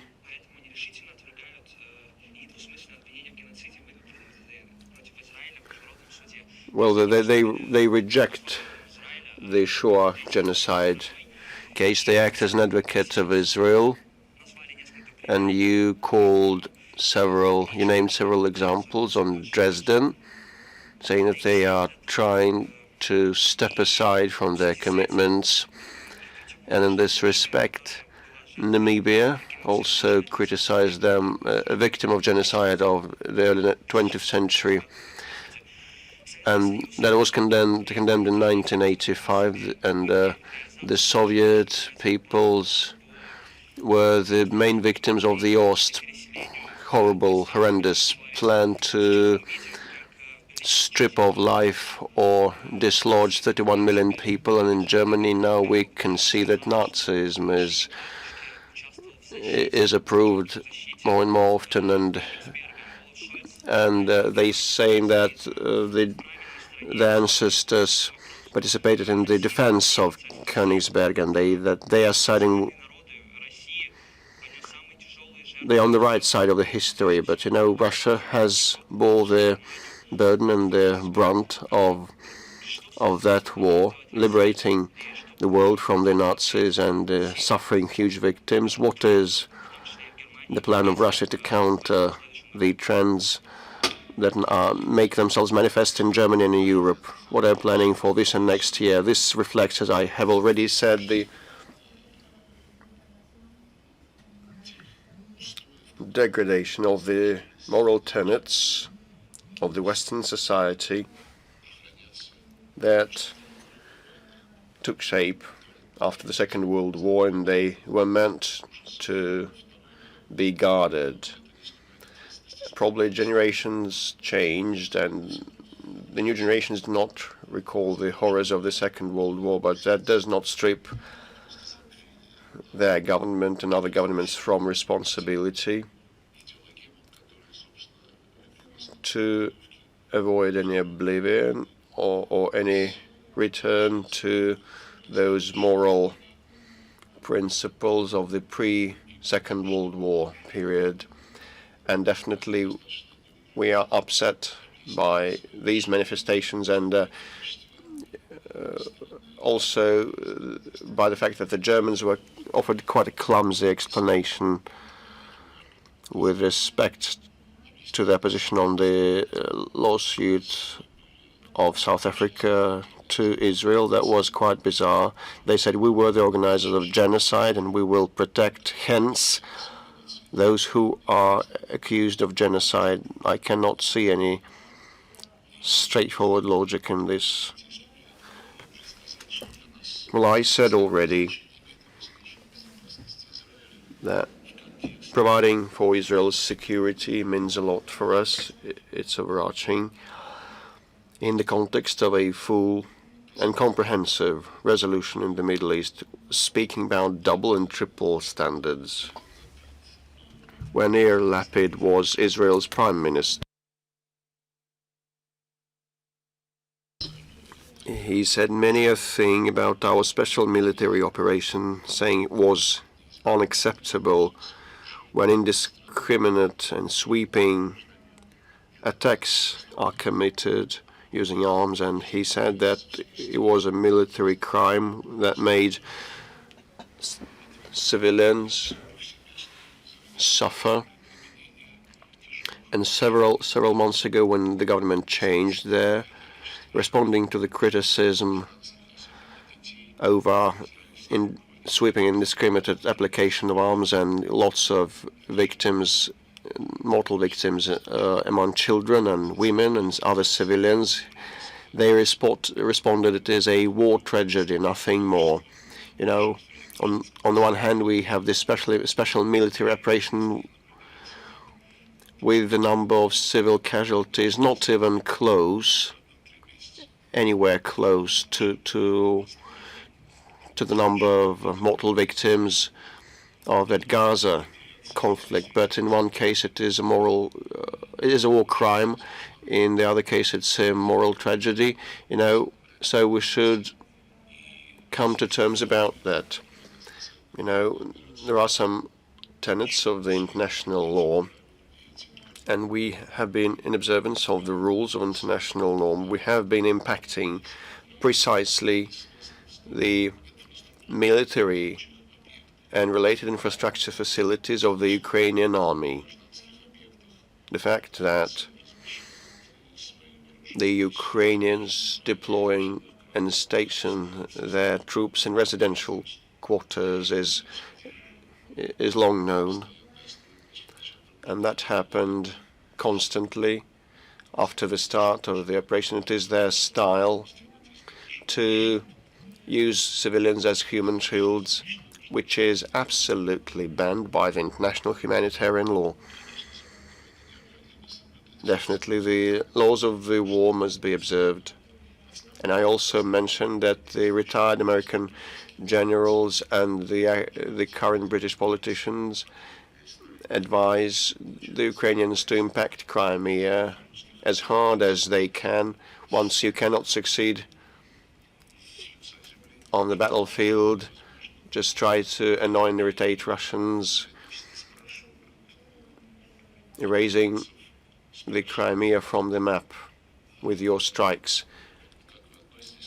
And Americans were asked about their attitude of using the arms supplied by them against civil targets, and both Kerbel and Sullivan from the National Security Council of theirs said that the Ukrainians made their own decisions about what facilities and targets to impact. So they gave them a free hand, and they have been using that free hand. Well, although they are guided by the Anglo-Saxon instructors, war instructors. And when Sullivan was asked about the Gaza operation, does that concern you and worry you that your weapons have been used to cause tens of thousands of victims? And they said, no, when we supply arms to Israel, we condition that these arms must be used in accordance with the laws of war and not damaging the innocent civilians. But in our case, they do not have these disclaimers or reservations. So Kiev is not obliged to comply with international humanitarian law. It is also a matter of double standards coming back to Germany and other countries where Nazism is once again coming to the fore and raising its head. Надпись And we see the inscription on the memorial in Dresden, even though it didn't say that that inscription was to commemorate those who suffered from the US and British bombings. But anyway, even though it wasn't said so directly, they deemed it necessary not to remind their masters, Washington and apparently London now as well, of the situation when the Anglo-Saxons simply inhumanely endeavored to destroy the city. It is reminiscent of the mentality of Japan, another Axis power that fought against the Allies. Today, in Japanese history books, it is not said who exactly dropped the bombs on Hiroshima and Nagasaki. More than that, that chapter in school history textbooks is called Nuclear Bombings of Hiroshima and Nagasaki, full stop. The USSR joining the war.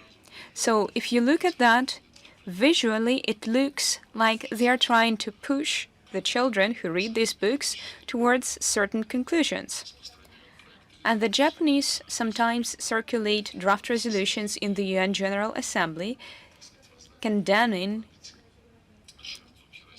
Hiroshima and Nagasaki attacks and commemorating their victims. And not a single one of those draft resolutions mentions that it was the United States that did it. I also think back to Jerusalem, where a monument to Leningrad blockade survivors was inaugurated with the participation of President Putin. President Macron also attended the inauguration, and it happened on the Holocaust Remembrance Day. That day also coincides with the date when Soviet troops liberated Auschwitz. And it was Mike Pence, the then vice president, was speaking on behalf of the United States. The best example of American pathos and rhetorics. A certain language, one might even add. He said, throughout many years and months, people were tortured, burned in this terrifying concentration camp. But on the 27th of January, 1945, soldiers came and opened the gates. Soldiers, just soldiers, not Soviet soldiers. Well, many people who don't know history all that well could assume that he was talking about American soldiers. So the trend is there. How to fight it, one might ask. Only using the truth, only by explaining everything, only by engaging the public. We're planning to hold a forum on fighting contemporary practices of neocolonialism, and I think that it could be beneficiary to have a similar forum about fighting the revival of Nazism on the public level, and we are ready to provide relative assistance, especially as it applies to what is going on in Ukraine. Maxim Grigoriev and his comrades in arms are working actively. When Scholz, Baerbock, von der Leyen and Macron say we need to provide assistance to Ukraine until the victory, because Ukraine is fighting, is struggling for our European democratic values. Do you have any conscience at all left? Why don't you go and read some laws passed by Ukraine banning the Russian language, everything Russian, laws promoting Nazi ideologies and practices, glorifying the battalions that fought under the swastika signs with Nazi symbols on their uniforms. These statements made by European politicians are unacceptable, and we need to fight that using public diplomacy as well as the media community. We have some Italian media present today. Riley.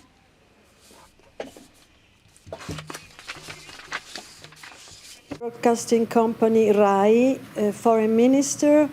Let's talk about the elections.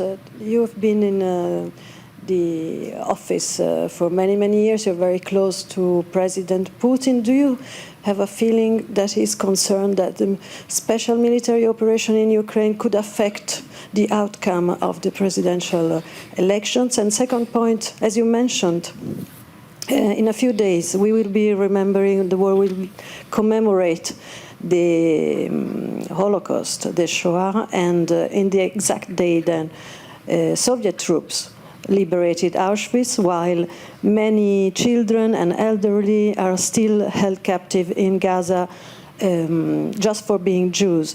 How is Russia contributing to their liberation, and what is Russia's relationship with Hamas that many in the world consider a terrorist organization? Насчет специальной военной операции. As for the special military operation and its implications for the election, the special military operation has long been making a positive impact on Russia's domestic life. The special military operation has brought unforeseen cohesion to our society and brought about a certain purification of our society. It helped us purge it of the people who, for one reason or another, did not feel an affinity with Russia, Russian history, and Russian culture. Some of them have left the country, others have stayed and reconsidered. But the overwhelming majority of our society have been united, have rallied around a common idea.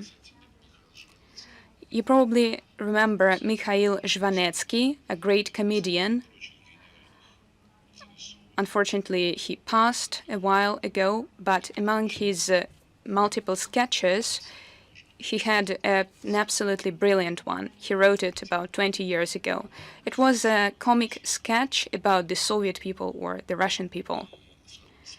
He said the following: in order to rally around something, our people need a big war. He meant it as humorous, but there is some truth to every joke.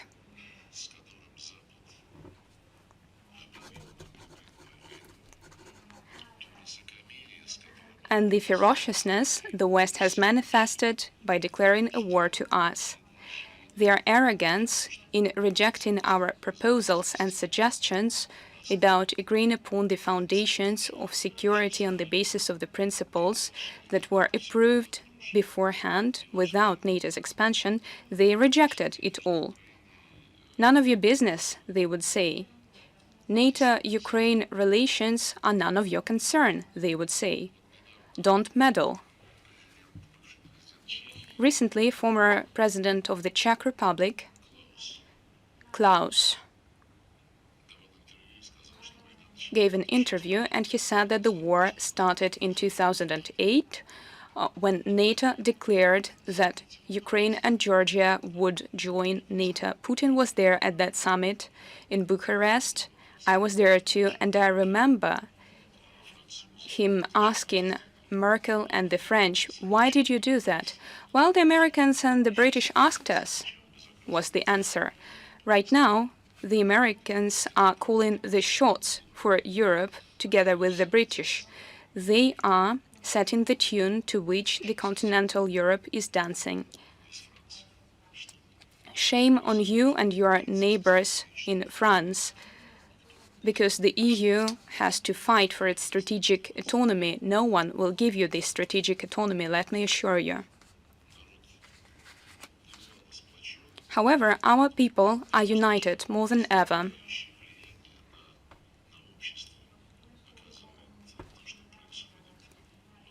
And what is going on in and around the special military operation has made our society healthier. We have seen examples of veritable heroics, self-sacrifice demonstrated by the fighters on the front line and the members of their families who show solidarity with their members and with our country, who do everything they can on the home front in order to bring the victory closer. Just take a look at our industry, not only our defense industry, but also its civilian sectors. It has grown quite a lot. Many factors related to the West's hybrid, multifaceted aggression against Russia have played a certain part in our decisions on how to live on. There had been some illusions that existed in the 90s. The West is going to welcome us with open arms.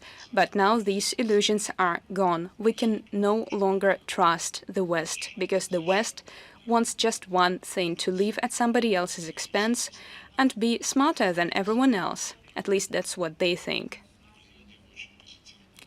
It has made a very positive impact. The 27th of January, liberation and Gaza. Oh, yes.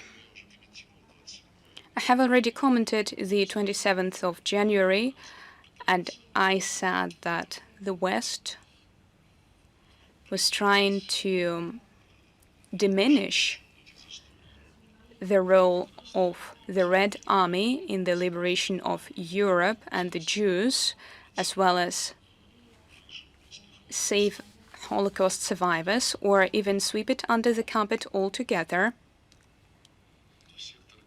However, the Gaza Strip, you know, we have condemned the October the 7th terrorist attack against Israel right after the fact. We have no double standards regarding terrorists, unlike the West. Right now, the West is using ISIS cells in Syria to conduct subversive attacks against the armed forces of the Syrian Arab Republic. As for Libya, when they decided to overthrow Gaddafi,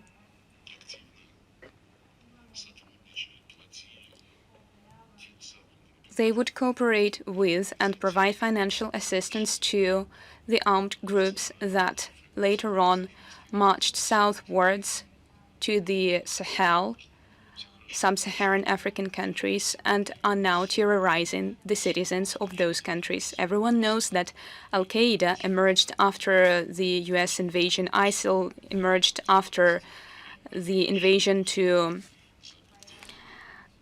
Iraq, Hayat Tahrir al-Sham emerged after the West declared war to Syria. Everyone knows that the West cooperates with terrorist groups. As for the Gaza Strip, it was unacceptable to attack peaceful civilians, those people who went to that music festival. The footage was terrifying. That attack was absolutely horrendous, and we condemned it right away. Our position was that Israel, who calls itself the only democracy in the Middle East, would be democratic in its response.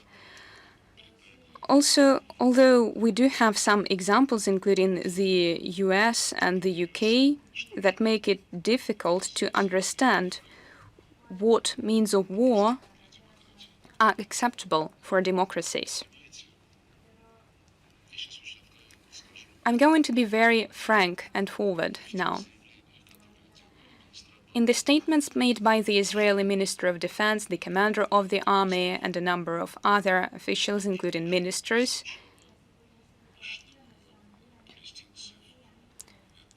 they called Palestinians animals rather than people. More or less like Mr. Yatsenyuk would say that it is non-humans who live in the Donbas, just like Zelensky said that the people living in the Donbas are creatures, just like Yermak, Kuleba, and Podolyak would say that the Rusnya, a derogative term for Russians, were to be exterminated. And I know that in that government there are ultra-extremists, and perhaps they do not speak for the Israeli people, or probably for the entire government. But not a single Western democracy responded to that, to those remarks. There were also remarks that there are no peaceful civilians in Gaza. Everyone over 3 years old are already extremists. No response from the West either. And when we said that it was time to put an end to violence and create a Palestinian state, when Guterres, the UN Secretary General, condemned the October the 7th attacks and said that they happened for a reason, just read what the Israeli envoy to the UN responded to that.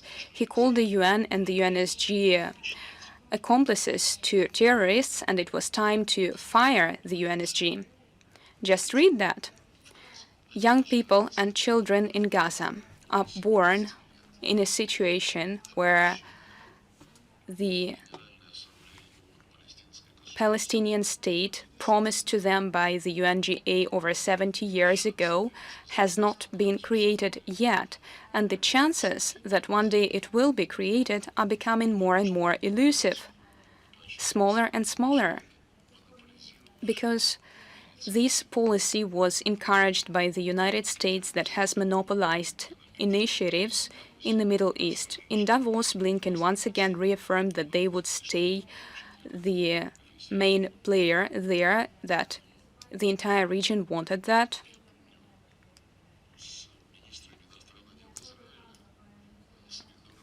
I remember Avigdor Lieberman, former Israeli Minister of Foreign Affairs.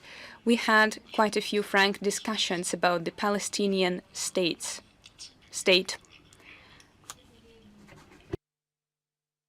Tzipi Livni, also a foreign minister of Israel.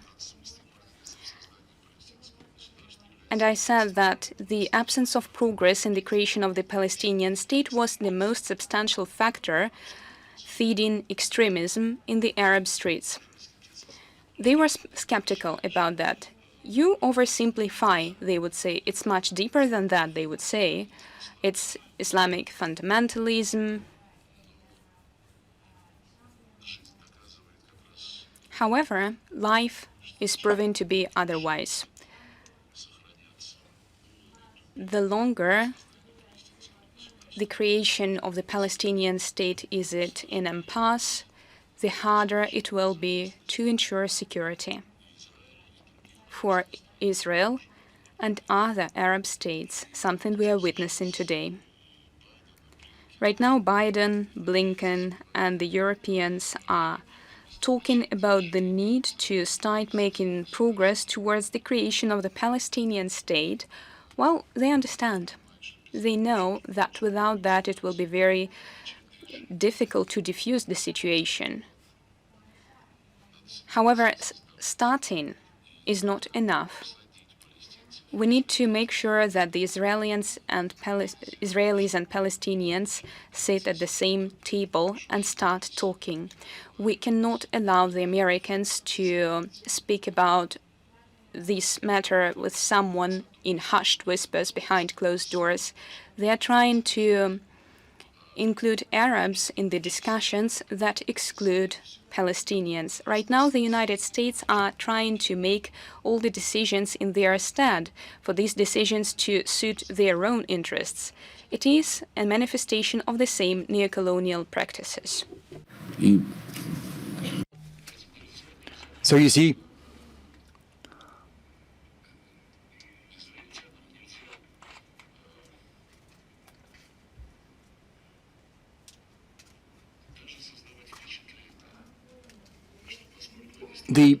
Israelis shouldn't even try to create the impression that because of their sufferings during the Second World War, they can do whatever they want right now. Yes, the Holocaust was terrible, just as the genocide of all peoples of the Soviet Union was horrendous.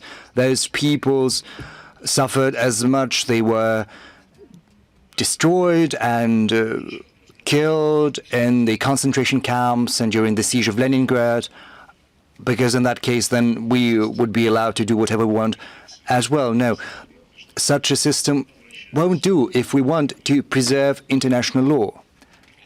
Getting back to Ukraine, I listed the reprehensible laws that ran afoul of all European values, Russophobic, neo-Nazi, racist laws that have not elicited a word from Europe. Europe only says that Ukraine, in waging a war against Russia, is protecting European values.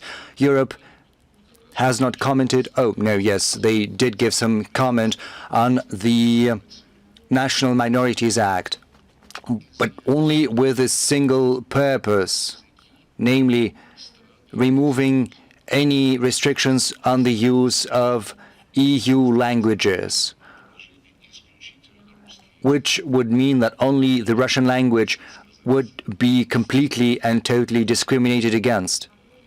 In particular, I spoke to colleagues whose countries' languages are represented in Ukraine, and they fought for those languages. They wanted to get exemptions for those languages in the national minorities law, and they promised to help, but not a single thing happened because they don't give two straws about the Russian language. Maybe they want the Russian language to be discriminated against. They want a narrower space for the use of the Russian language in Ukraine. Europeans are like that.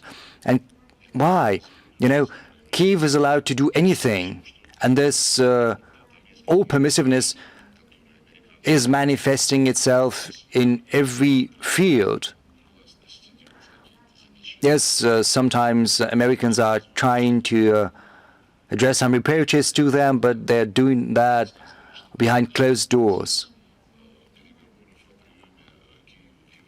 You know, when the process, when the issue was broached that a start should be given to negotiations with Ukraine on the accession to EU, even though Serbia and Turkey have been waiting for years and dozens of years, but Ukraine is jumping the queue. And Ukraine can even torture and kill an American citizen in prison. And the Americans are keeping mum about that. Well, look, usually the U.S. is doing everything to help their citizens should they find themselves in prison, but in this particular case, they didn't do a thing.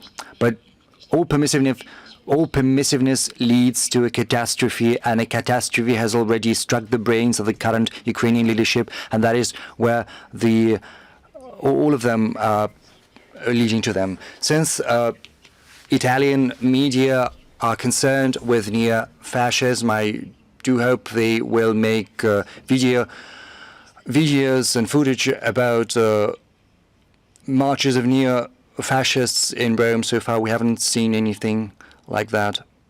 Right now, Soyuzne Veche, please. Thank you, Minister, Madam Spokesperson. You are saying that Madam Spokesperson was distinguished, but you didn't call me distinguished, Minister. Well, everyone is distinguished. During the Cold War, the Soviet diplomacy addressed many difficult issues. Right now, there is a new spiral of the Cold War. NATO exercises are as large scale as they haven't been for quite some time. So my question is, how are Russia and Belarus going to contain NATO aggression? What are the diplomats going to do? Are there any realistic ways of minimizing this threat through diplomacy. Well, God forbid this happens. But should the suicidal logic prevail in the West, I can assure you that the peoples of Russia and Belarus, standing side by side, will do everything to protect their independence and sovereignty. We do not have any doubts as to that. We've got every means necessary to achieve these goals. Now, as far as diplomacy is concerned, I spoke about that when I broached the subject of strategic stability talks between Russia and the US. So far, I do not see any space for diplomacy. When they address us, we respond. But depending on what they propose, we look whether that fits our interests or it doesn't. Let me cite an example. One of the big European countries, not an English-speaking country, invited our ambassador to their foreign ministry. And they started to say, yes, of course, our relations are at a low point, almost non-existent, and there's little chance they grow better, but you've managed to strengthen your positions in Africa, in Central African Republic, in Niger, in Burkina Faso, in Chad, whereas our positions have grown weaker. So let's meet together and let's have a look into what we can do. And I'm not joking, so cynicism is soaring as high as it can. So publicly we are enemies, but they want our aid for Africa. They want us to help them bolster up their positions there, but this won't happen. The same goes for Americans. I quoted, they said, let's talk about the START treaty, how we're going to conduct inspections on a mutual basis. We understand that all the avenues are at a very low point, but okay, let other things rest. We will continue criticizing one another, but as far as the inspection of your nuclear facilities goes, we want to talk about that. I always thought that diplomatic institutions are where smart people work, but it's not always the case. So I anticipated your question, so I brought some documents that we got from our counterparts from the European Union. They've got kind of an instruction how to communicate with Russian diplomats. Each capital that has a mission of the EU and a Russian embassy, this leaflet has been distributed in each and every capital like that. European diplomats should avoid bilateral contacts with Russian representatives. Attending any events organized by the Russian side is prohibited, and the same goes for receptions on Diplomats' Day, the 23rd of February, 9th of May. Mind that.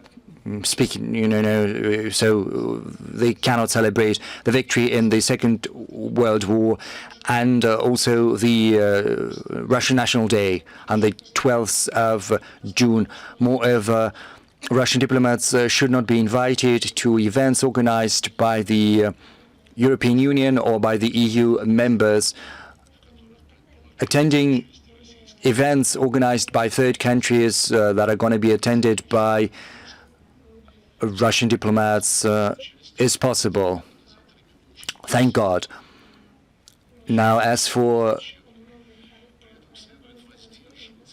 joint photos, well, they can be taken, but contacts should be avoided with Russia, and the host country should be told that efforts should be made to make sure that the Russian delegation and the European delegation should not be placed together at common photos. So this is to illustrate what we think, what is our assessment of the possibility of talks. You know, a great deal of attention is being paid to photos. That's true. The main testimony to the success of the Davos meeting on Ukraine currently is the fact that more people are seen on the photo taken at the event. The Industry of Eurasia Journal.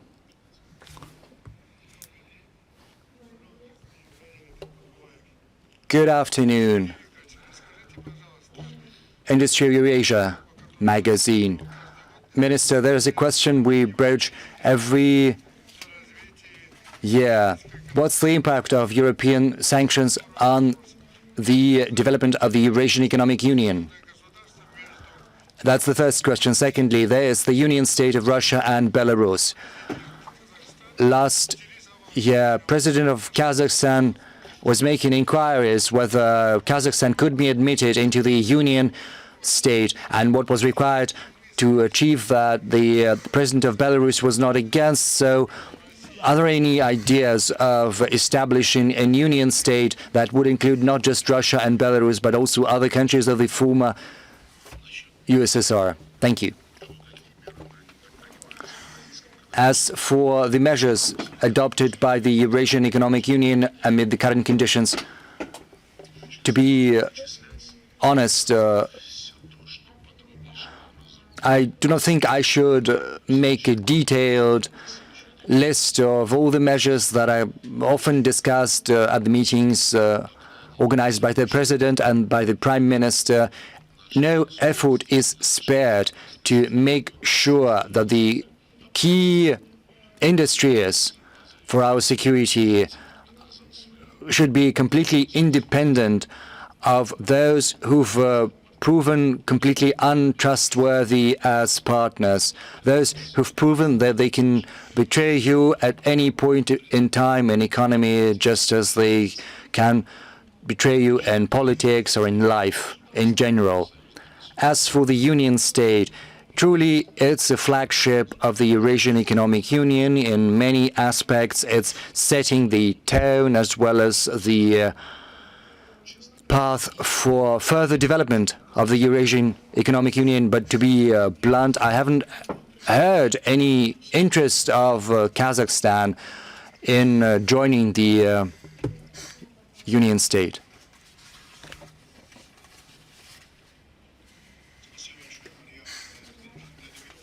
Thank you, Madam Spokesperson.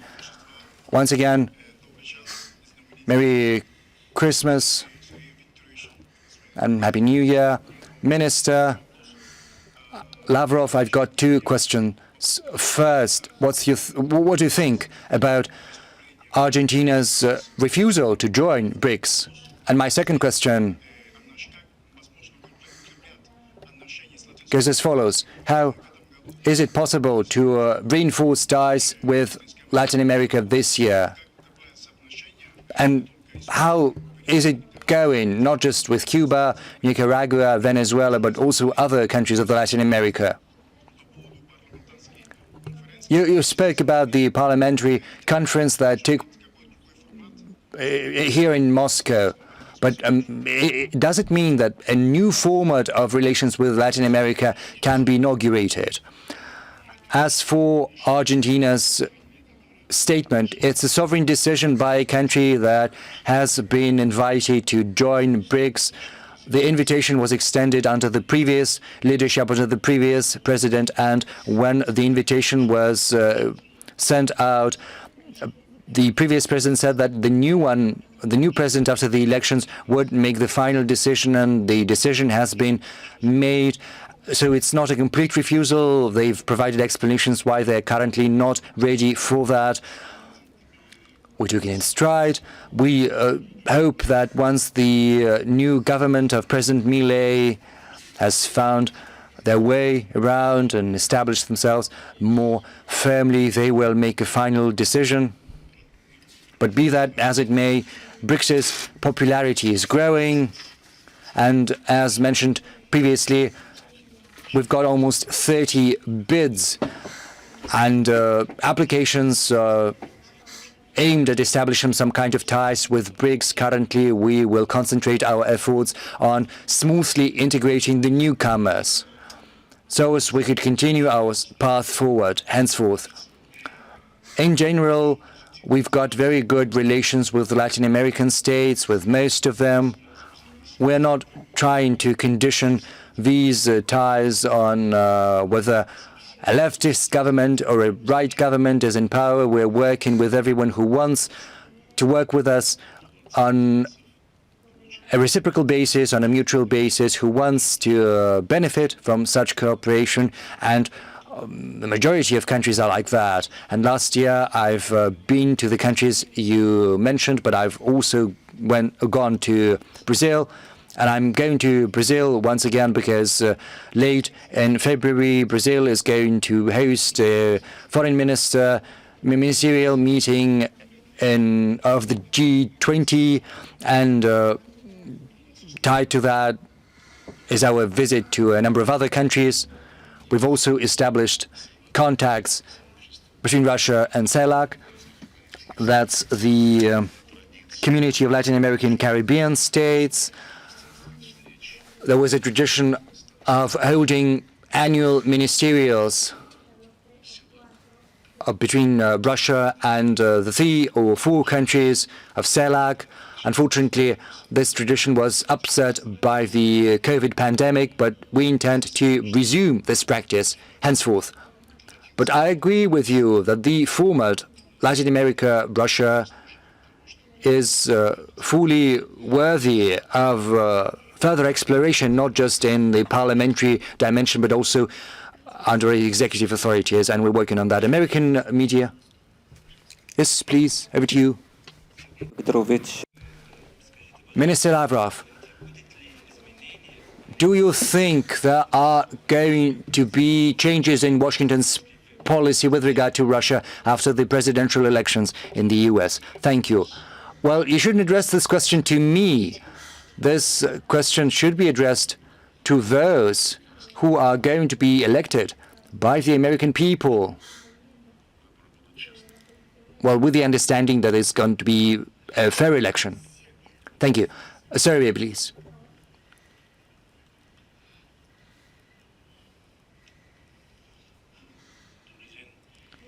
Good afternoon.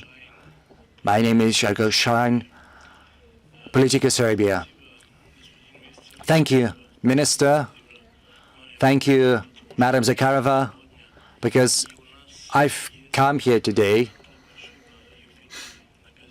and, you know, our newspaper is celebrating a very big anniversary, 120 years, and, you know, you're celebrating your anniversary in your capacity as foreign minister. So I would like to ask you about Serbia. What's the future of Kosovo?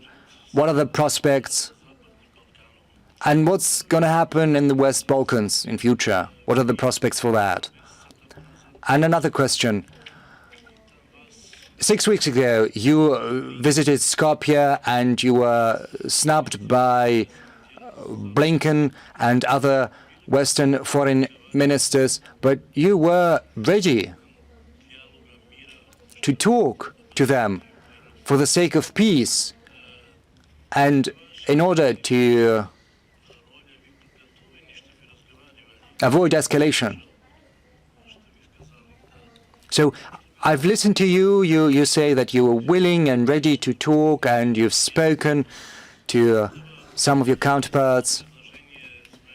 And, you know, we've got a proposal from our newspaper in Belgrade. We want you to come to Belgrade and to meet with Secretary Blinken we need to make sure you come together and start a dialogue between you two. Thank you very much. Well, it's a bit of a flattering proposal, but with respect to President Putin and the leadership of Russia, we will be supportive of the position that will be selected by the Serbian people and government. We see how the Serbs are humiliated through the prism of the Kosovo problem in 2003 with the mediation of the EU. An accord was reached between Pristina and Belgrade to create a community of Serbian municipalities in Kosovo. And this instrument prescribed and spelled out all their rights and functions and law enforcement schools and language and churches. More than 10 years passed since then, and nothing changed. So the deadlock in the implementation of that accord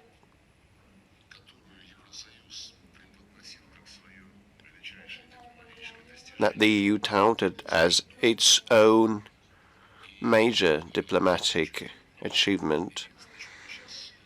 But the deadlock has been protracting since then, and the EU cannot do anything about that. At the same time, for the sake of Pristina and Mr. Kuti, the EU is now rewriting that accord about the Serbian municipalities community so that the Serbs in the north of Kosovo should have no rights whatsoever.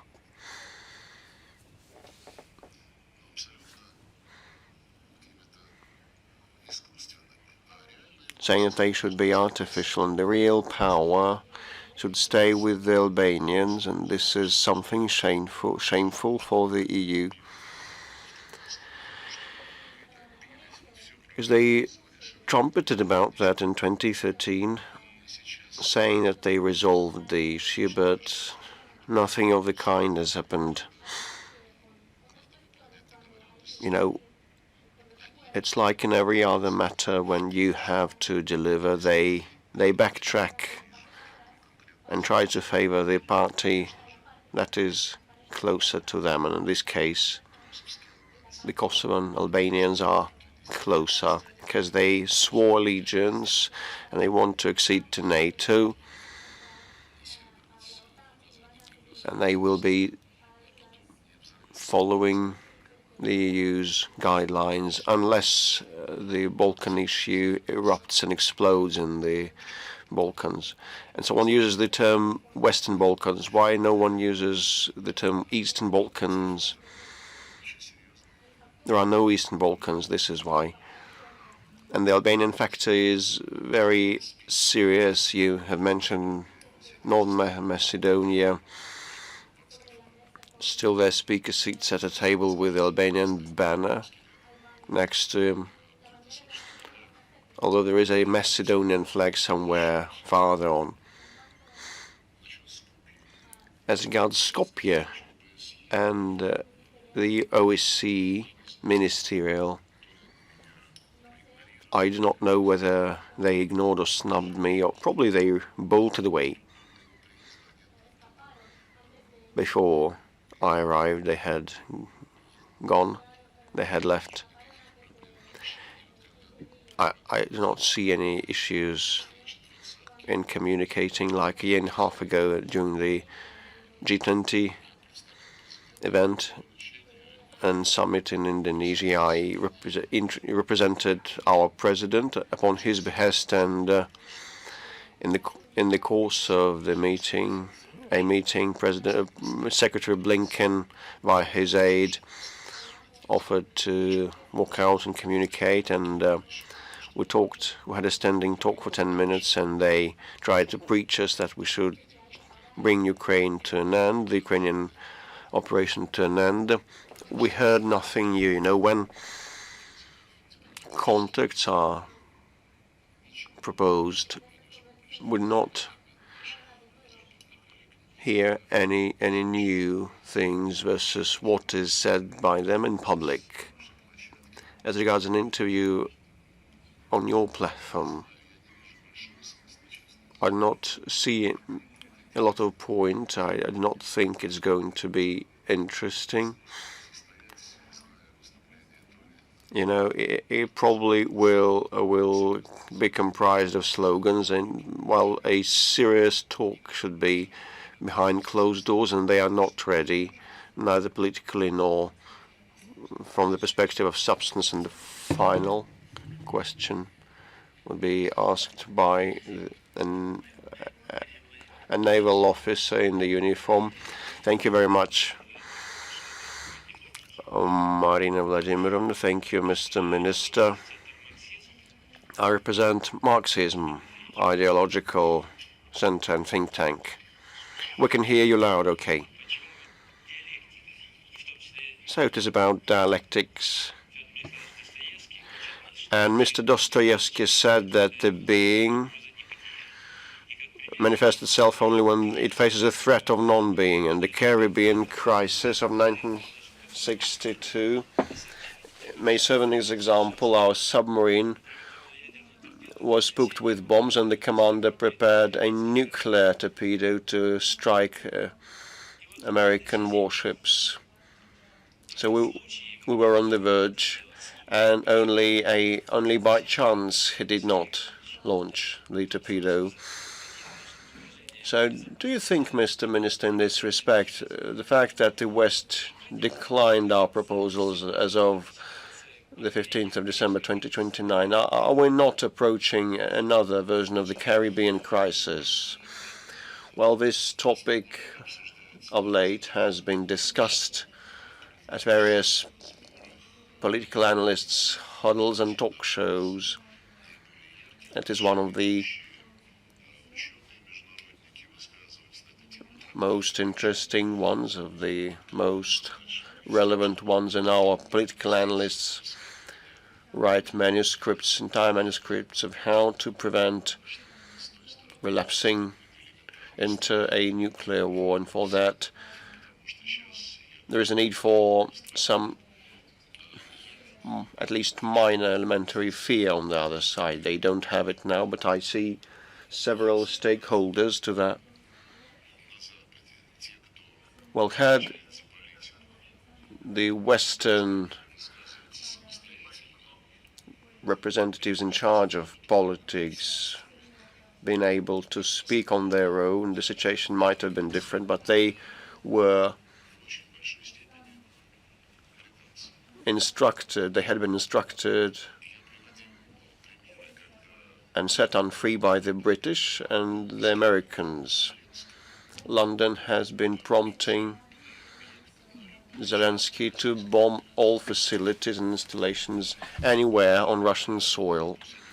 And I cited examples by the former American military, I mean the ex-commanders Hodges and the other, I forget his name. They also said that the Crimea should be made uninhabitable, so that no fleet should be stationed there, no navy. You know, entering their mind and sifting through their mind would be interesting. Are they provocators or rebel rousers, or do they just think that we will be scared out of our guts and wits? Everyone keeps saying that Putin has been brandishing a nuclear bomb, but that was never the case, and the Germans keep saying that Putin must know that NATO also has nuclear weapons, and the former UK's Prime Minister said that she would press the button without hesitation, but it should not spook us. Many people know that. Just read Churchill. Every now and then he had some thoughts about the Russian bear and how to treat it. I apologize, colleagues, but I have a tight schedule, so we conclude that. Thank you.